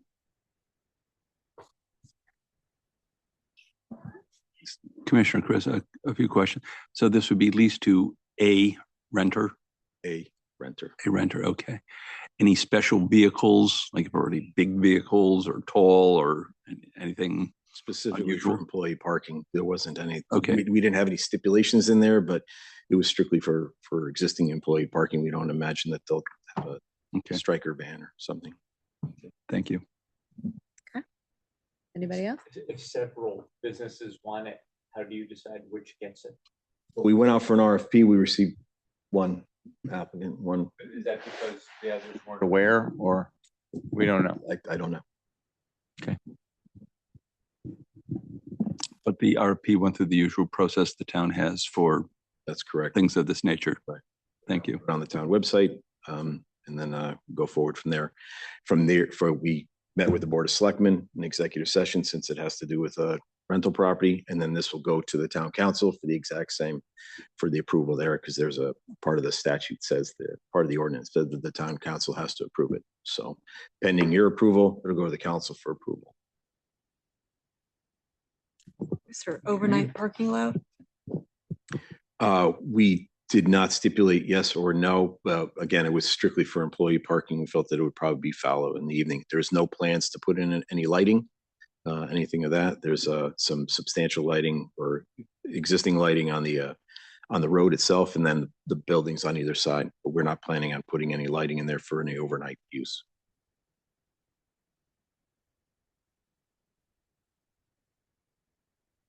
Anybody else? Okay, so just a reminder, commissioners, with 824 referrals, we're just making a recommendation.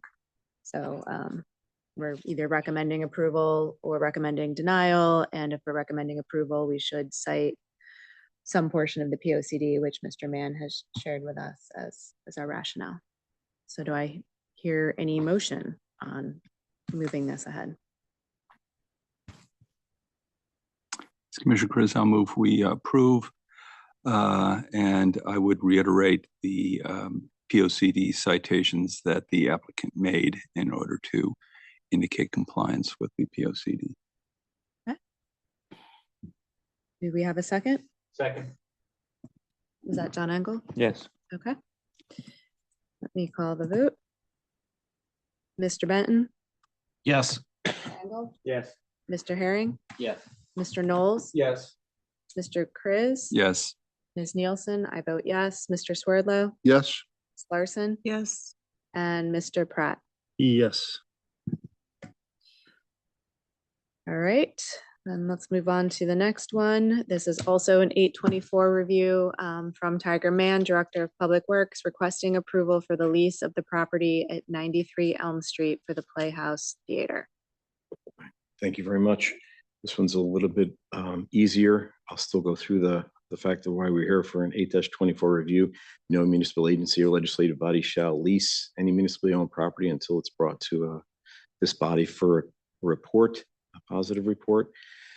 The Playhouse has already been leased for a year or more, had been leased prior to that to a prior company before its renovation. We have terminated the lease with the existing tenant, and we went out for an RFP process for a new tenant. We are not proposing any change. We went out with an RFP for the fact that we want to have a theater in town. We wanted a theater operator. We get a theater operator. There's an event space upstairs, remains as an event space. There's a bar, remains as a bar. There's a concession stand. Basically, we're swapping one tenant out for another tenant. It's basically the thought process. And this exact same thing went to the Board of Selectmen for a review and executive session, and then it'll go to the Town Council for approval of the lease. As far as whether it fits with the POCD, it's much easier since you actually referenced the Playhouse multiple times in the POCD, so it made it easier for me. But goal 1.2, preserve and enhance the historic resources and cultural amenities. The strategy was to pursue opportunities to expand the cultural amenities to strengthen New Canaan's role as a cultural hub and encourage new development to provide public cultural amenities in the town. While this might not be new, it's still, we're swapping out one for the other, and we're keeping the Playhouse open itself. And then the larger one was in goal 1.3 was you referenced the fact of the renovated and reopened Playhouse and the strategies to support business retention and growth within the downtown area. And this specifically mentions the Playhouse Theater and our efforts to maintain anchor uses within the downtown. So again, we're swapping one out, putting one in, and we're hoping that this will then take us forward and we'll be much more successful with this tenant. The subject of the lease is the entire building, including the restaurant space, the event space. It's all of it, right? It's all of it. So they're leasing the entire building. Yes. And we're not to opine on how they use the event space. For example, the last operator decided to operate it as a private club, and then it was a more public club. And so the terms of this lease are the same. The new operator will have the right to operate it any way they choose. I believe so, yes. And the terms are the same as the old lease, and the economics are also the same? Can't discuss the terms of the economics. I'm just asking, is that what you said before? You said the terms are the same, but you were silent on economics. They're very similar, yes. Okay. And what's the term, the length of time? I can't remember, to be honest. Of the lease? I can't remember. I mean, these items unfortunately aren't really under the purview of the P&Z. We're really just tied to the use and making sure that the use is consistent. I hear your point on the questions about the use of the upper floor. That's important for the commission, but as far as length of lease, economics of the lease, it's really not under the commission's purview. Is the Playhouse operating as a Playhouse consistent? I just wanted to know what he meant when he said the same. It's the same, and that Gotcha. You Yep. could drive a truck through. It's the same, so. Yep. I think there is relevance though, because the previous owner didn't use the upstairs as an event space. And then the town had to subsidize the rent. So I guess the question is the lease calling out the upstairs as a event space or free use for whatever the new operator wants to put in there? I can't discuss the terms of the lease. Sorry, I can't discuss what's inside, but basically they're leasing the entire property. So do we have the right to stipulate? So a POC, so an 824 referral is just, is this consistent with the POCD? And if it's not, and if you find it's not consistent, town council can still move forward with approval. They just need a majority or a 2/3 majority. The POCD calls for public space, like supporting the whole town, not small segments of the town. So I guess without knowing what the lease says in terms Well, of what. I guess let me add on to this in a way that I think might get us to an answer. Sarah, when we had to approve a special permit, did we not, for the uses in the movie theater? Or did it only come as an 824 originally? I thought maybe they were. No, I don't making think you did extra approve changes. it because it wasn't a change of use. It was still just. We had to approve something, like we had to approve. 24. We definitely had an 824. I don't remember recall. the sign for the pub that came before us, but I thought also It's signage, yeah. maybe we didn't approve the use for the. I I just don't wondered if believe it you would come did. back to us if there was a change in use, if the upstairs was going to be used drastically differently than. I mean, prior. if they were going to put an arcade in on the, top floor or something like that, I may then send it to you all, but, I mean, if it's being used as a private club space as the previous tenant was Secondary to using. the movie yeah, theater. Or if it was just used as, space where anyone who purchased a movie ticket could go and hang out, I don't think we would send that back to Right. you all. Would they have the right to sublease the second floor? I mean, that would be I'm guessing you The can't. challenge is that we don't know any of the particulars of the lease nor the term. So I would be comfortable not knowing if I thought it was a short-term lease. But if it was a long-term lease and it was silent on all the details, it's just too hard for me to get there. In essence, what's happening is that we're leasing it to a theater operator. The theater operator is going to operate the theater. At present, they're still looking at using the pub and utilizing the restaurants outside or a restaurant outside to serve food in the pub and upstairs. The upstairs might be a birthday venue for downstairs, go upstairs for a birthday, come back down again. There was not plans for a club. It's basically taking one operator out and how it's set at the end with a non-club and just an event space upstairs is in essence the way it is now. It's just an event space upstairs, a pub and a theater, and they'll serve food probably from a local restaurant in the downstairs and the upstairs. The new theater, the proposed theater operator has a lot of nice thoughts as to how to expand and utilize the facility for movies and to expand the experience for everyone at the theater. So I think the question was asked before, does the lease allow the new operator to sublease the pub and the upstairs? I don't know that answer, and I don't know if I could answer that. So I think that's an important question to be answered. it is. I think that right now we're asking whether or not it sits and fits with the POCD. And your last title, your last entry is the fact that you want to anchor, you want to maintain anchor uses within the downtown, such as the Playhouse. For public use. It will be for public use. So can we stipulate that in a response? No. And you're just either consistent with the POCD or not. And they could, let's say that you said you only find this consistent with the POCD if the upstairs is for public use. Town council could go still approve the lease that potentially doesn't have that stipulation with a 2/3 majority. Right. So you're truly just giving an opinion to town council, essentially. The proposed tenant doesn't have any And I mean, you thoughts could, to sublease the property. The upstairs doesn't have any thoughts to do that.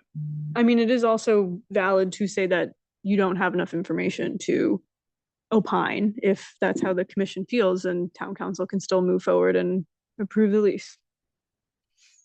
I mean, I guess what I'm thinking is that what I'm hearing is everything is consistent with a movie theater use. And obviously our POCD supports maintaining an anchor movie theater in town. We don't know the details of how that all plays out in the end, but this isn't going to become, a basketball stadium. This is still going to be a movie theater at the end of the day. We don't know exactly how it's going to operate, but ultimately our plan says we want a movie theater and they're trying to get us a movie theater. So The RFP was structured strictly around operating a theater. Was the thought. The goal was we want to have a theater. We want to have a theater operator. Even to the point of the upstairs remained fallow because he didn't necessarily need it. It would remain fallow. The RFP was very strict on its parameters, and the parameters were around the operating of a theater, not necessarily an event space and using the theater spaces for other purposes. It was for a theater itself. I know you can't disclose I'll ask the question anyway. Does the lease provide for any change of use? Right? Can you change the use of any of the spaces in the building? I can't, first of all, I can't remember. That's first. And second, I don't know if I can answer that question. And I don't know if it's actually, whether it's a purview, whether it's your purview at that point. That's a purview of the council because they have to approve the lease. You're approving whether or not it fits with the plan of conservation and development.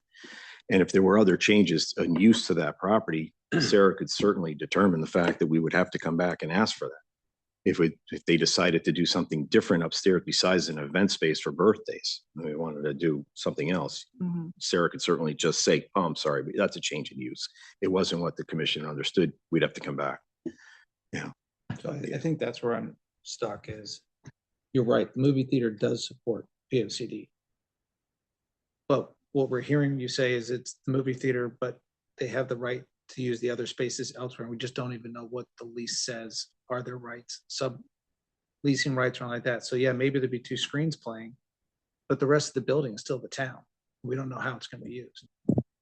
So I just want to clarify, no lease from the town of New Canaan could trump the zoning regulations. So, and I have not seen the lease. I don't know anything about the contents of the lease, but they could not have any sort of provision in there that says you have the full right to do whatever you want. You don't need any town approvals to do anything on the second floor. To Tiger's point before, if they were going to do something that was not accessory to a movie theater or, was flirting that line, I would require that they come back for a change of use. That would get vetted by you all. And I will note, I was able to quickly find, you did approve a site plan application in 2023, I believe June of 2023 for this. There were no conditions on the approval. If that changes anything for you. So that means they are allowed to operate a movie theater and its accessory uses. Any new operator or old operator based on this, because there are no conditions that say one thing or the other, even about the upstairs space. Sarah, is the RFP, I was just trying to find the RFP on the site. Is it, because I think your point about the RFP being very explicit as to the operator has to run it, because I think that would help me feel a lot more comfortable about it. Right. The RFP strictly was based upon a theater operator, his experience, where they've operated theaters elsewhere. That was part and parcel to the RFP. We had to, you can't necessarily separate one space out from the other since everything kind of joins. All the staircases come down to the bottom floor. It's very difficult to separate one space from another. So we had to give them the entire space. Plus we wanted to optimize the return to the town in that regard. But the RFP was very specific as to what we were looking for from an operator itself. The minimum qualifications respondents must have at least 3 years of experience operating at least one successful movie theater within the United States. Preference will be given to respondents with experience operating in a historic or landmark building in an urban or downtown location. That's the first sentence. So the first sentence was, we want a movie theater operator. Got it. Because I think, and I know this is the intent, but for example, if someone took it over and said, we're going to run like movies on Friday and Saturday, because those are the 2 profitable days. I think the concept was from like a business continuity perspective and a downtown magnetism. The idea is that, hey, we need like an operator that's going to run like a matinee and run consistent run of rate of business versus just kind of cherry pick. And utilize the whole building. for the whole week. But with the primary use being the movie theater though, like Yes. if the upstairs is. That's what the operator wants to do. He wants to run it as a theater. That's their goal. Two, the economics require that they operate it almost 7 days a week with a matinee and the 2 screens running. The economics of just, of the entity itself. So yes. So to your answer to that, yes, it would be. It's not going to lie fallow. Might be on a Monday might be an off day, but but overall, the thought is 7 days a week that the theater will be operated because of the fact that the economics require it, and that is also the proposed tenants' wish. Got it. That's helpful. Thank you. I'm going to vote for this, and I'm going to tell you why.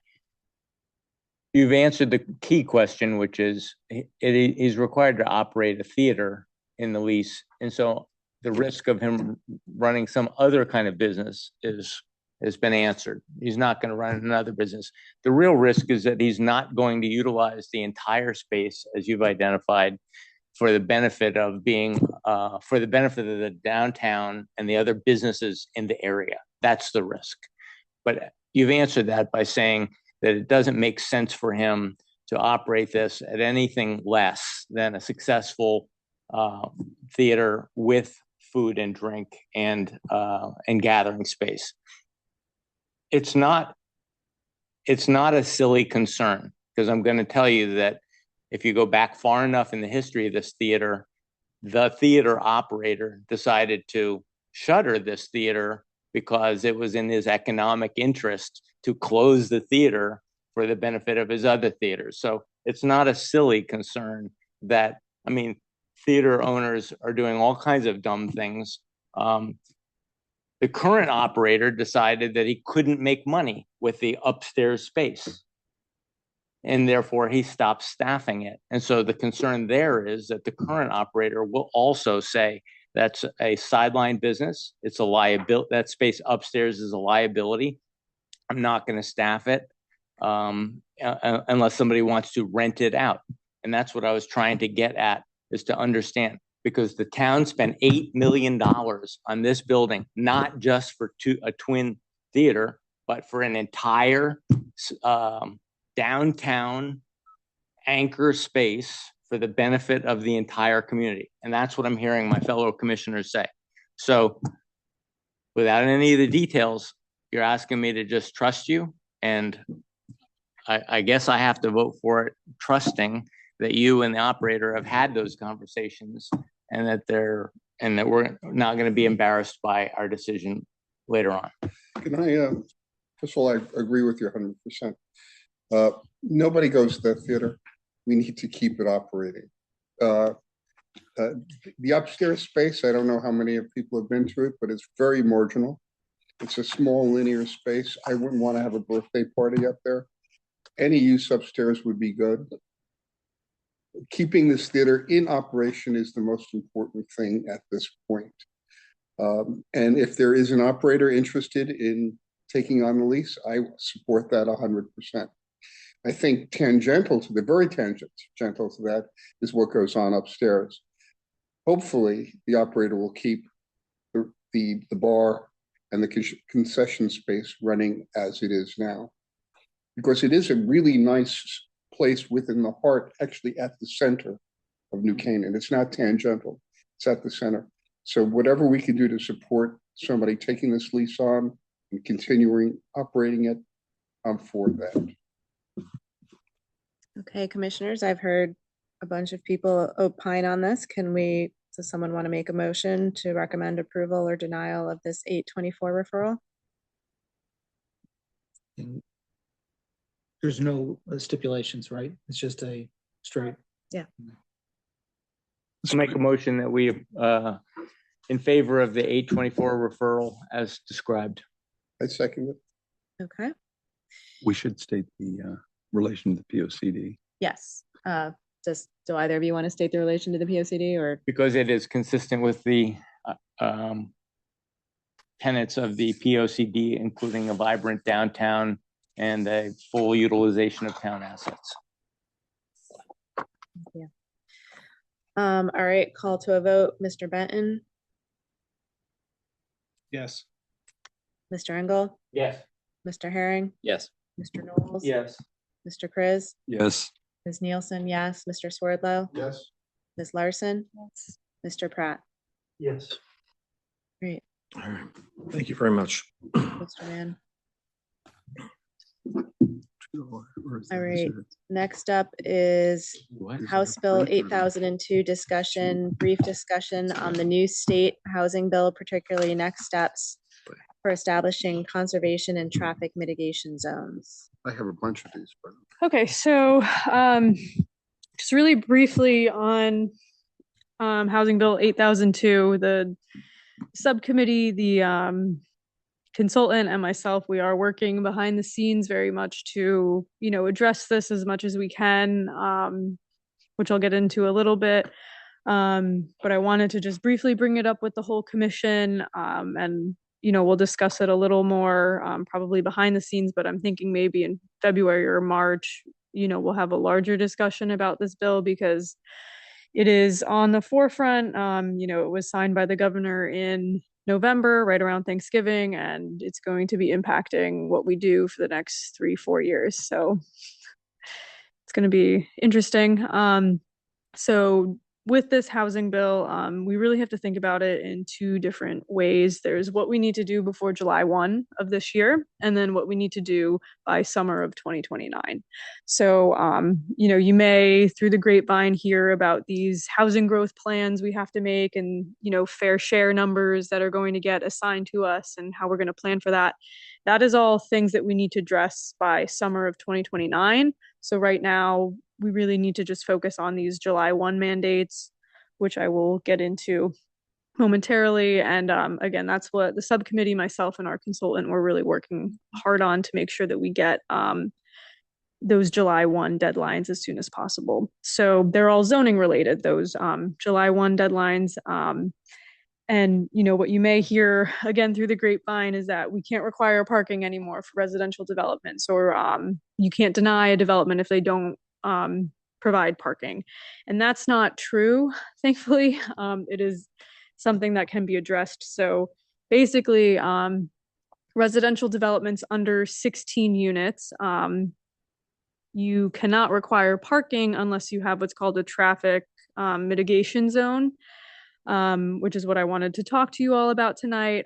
But one of the updates with the zoning regulations is we're going to have to allow mixed use development everywhere in our commercial zones, which we already do. So it's not a huge sweeping change, but we can't require a special permit anymore. It's going to have to go down to site plan approval. We still get to restrict the density. Our inclusionary zoning still applies. The village district still applies, but we no longer get that special permit discretionary allowances anymore. It's all just site plan.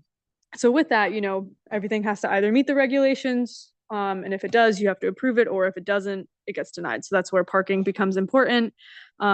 But within that, unless we have these traffic mitigation zones, you can't require parking for developments under 16 units. But the good news with that is with these traffic mitigation zones, you can have up to 2 of them, and you can have up to 4% of your town's land area in each mitigation zone. So I spoke with Ty and Bond, our GIS consultant, and I had them calculate out everywhere that we allow multifamily right now, or where we'll be required to calculate multifamily.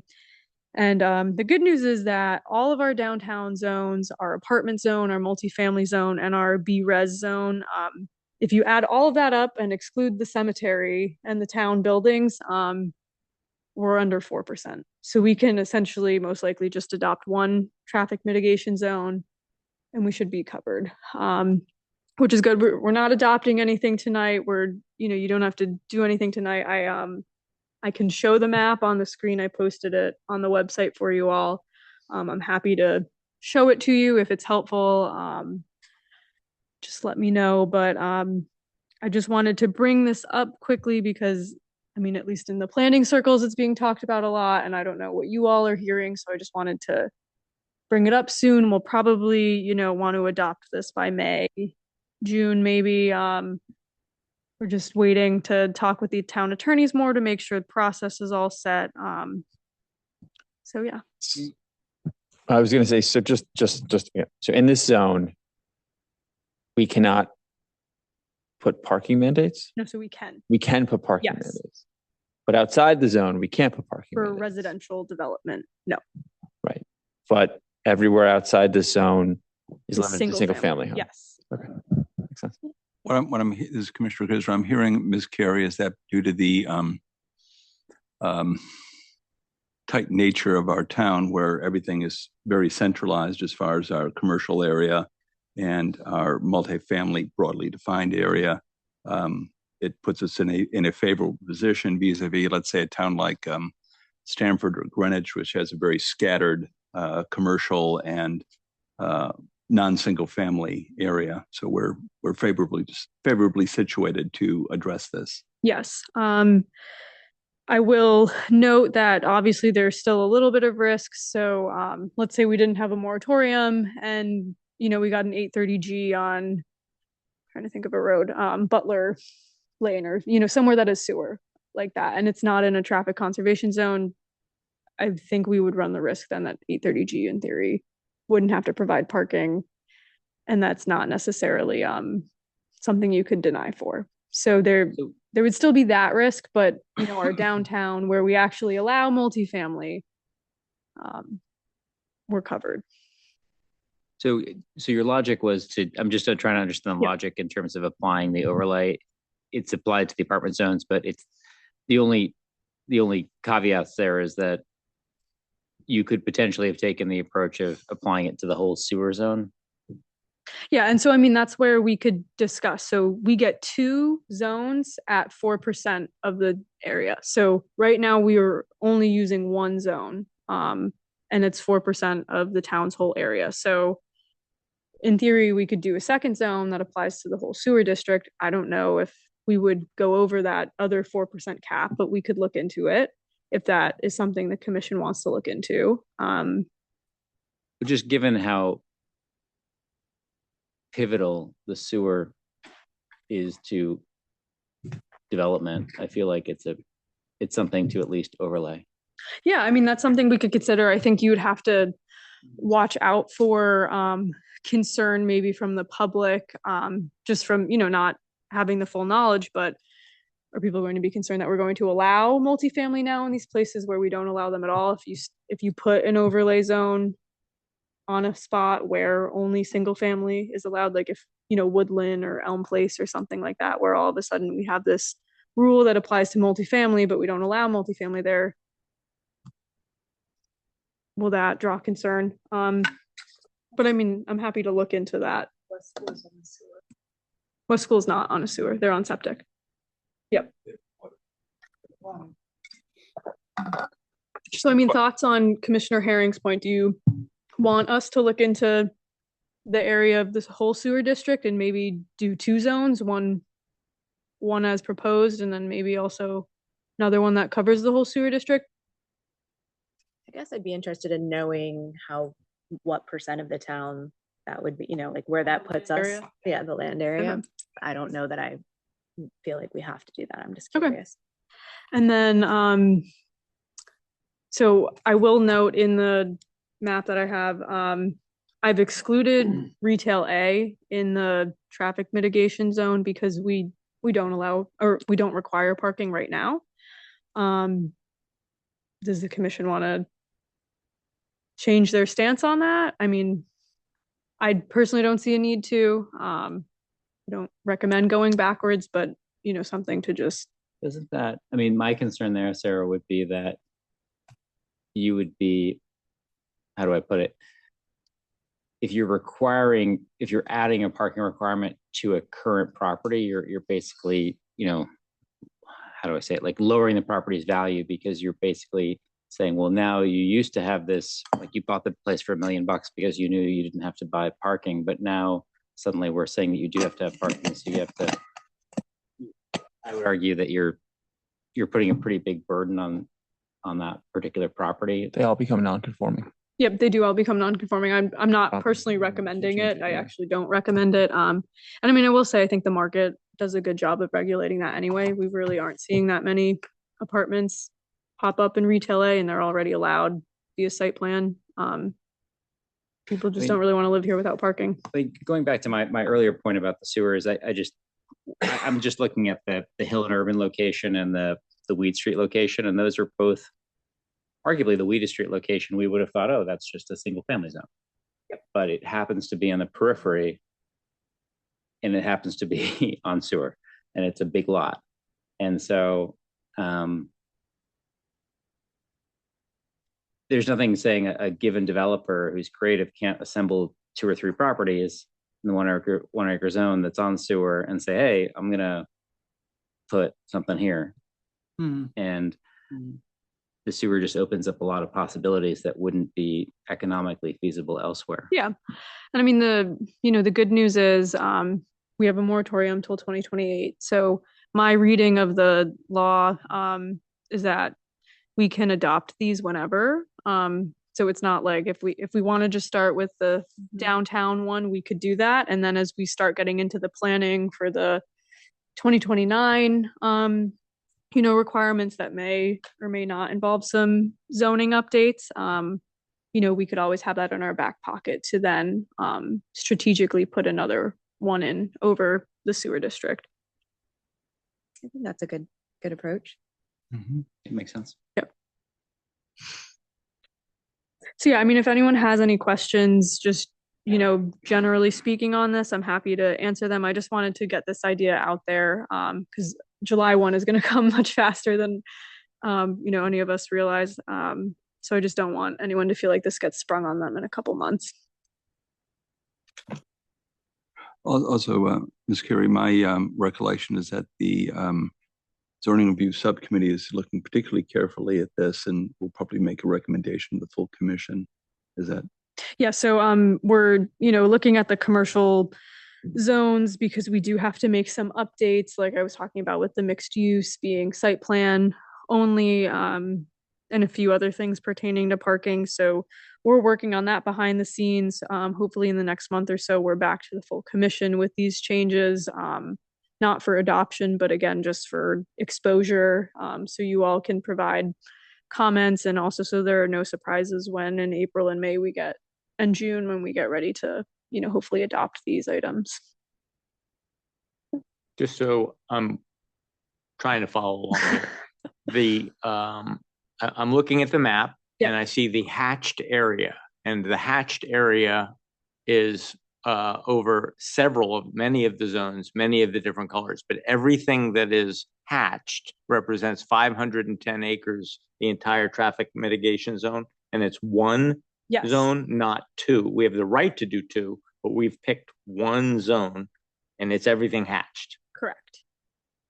And that is our deadline for July, that we have to identify a space, and that's what the hatched is. Correct. And so this talk about sewer is whether we would want to modify that, or does this represent 8%, or is this something less than 8%? This is 4%. This is only 4. Yes, I was shocked as well. Okay. It's only 4%. So I think it's, we could evaluate adding in a second district that is up to another 4%. For example, I know this from 10 years ago. A builder was trying to build on Lower Main Street, and he found that the property he was developing was 100 yards from the sewer line. And so he had to put in an 8-bedroom septic because he was building 2 4-bedroom condos next to each other. And he was 100 yards away. I think that some places like Main Street might be candidates to look at this, because a lot of Main Street is served by a sewer, and you could redevelop, as we just discovered on, Downriver Road, I just built multifamily, where there was a single family. So yeah, I think we should look at Main Street and some of the other key roads coming in and out of the downtown. Yeah, so just for Main Street specifically, we're actually almost fully covered as far as the sewer goes.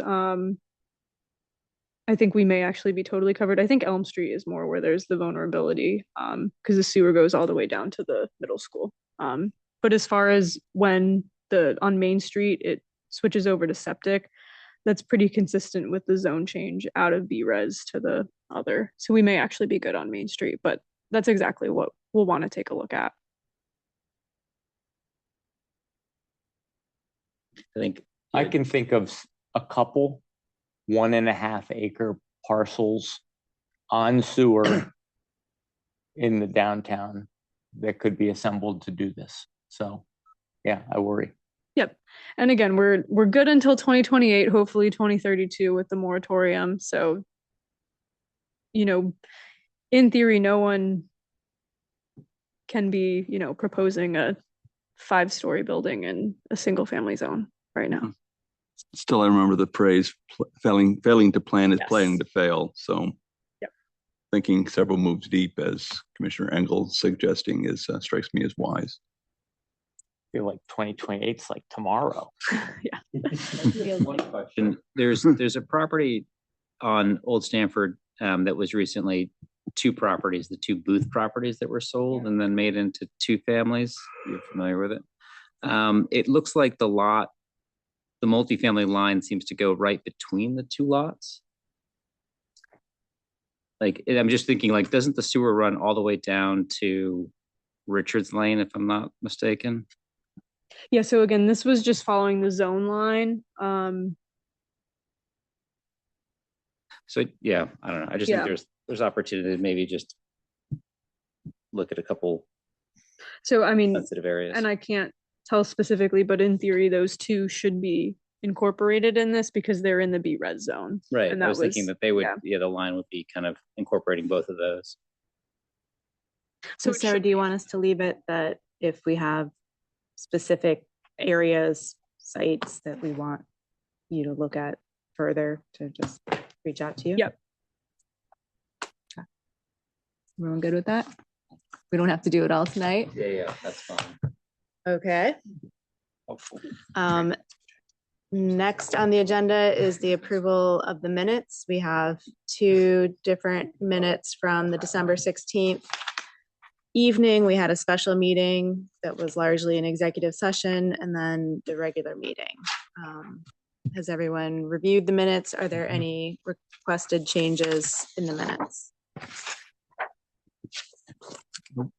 I move to approve.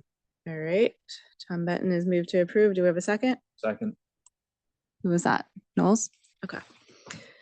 All in favor of approving the minutes, please raise your hand. Can we do that? All right. It looks like it's unanimous. All right. Last item is adjournment. So thank you all for coming. We'll see you.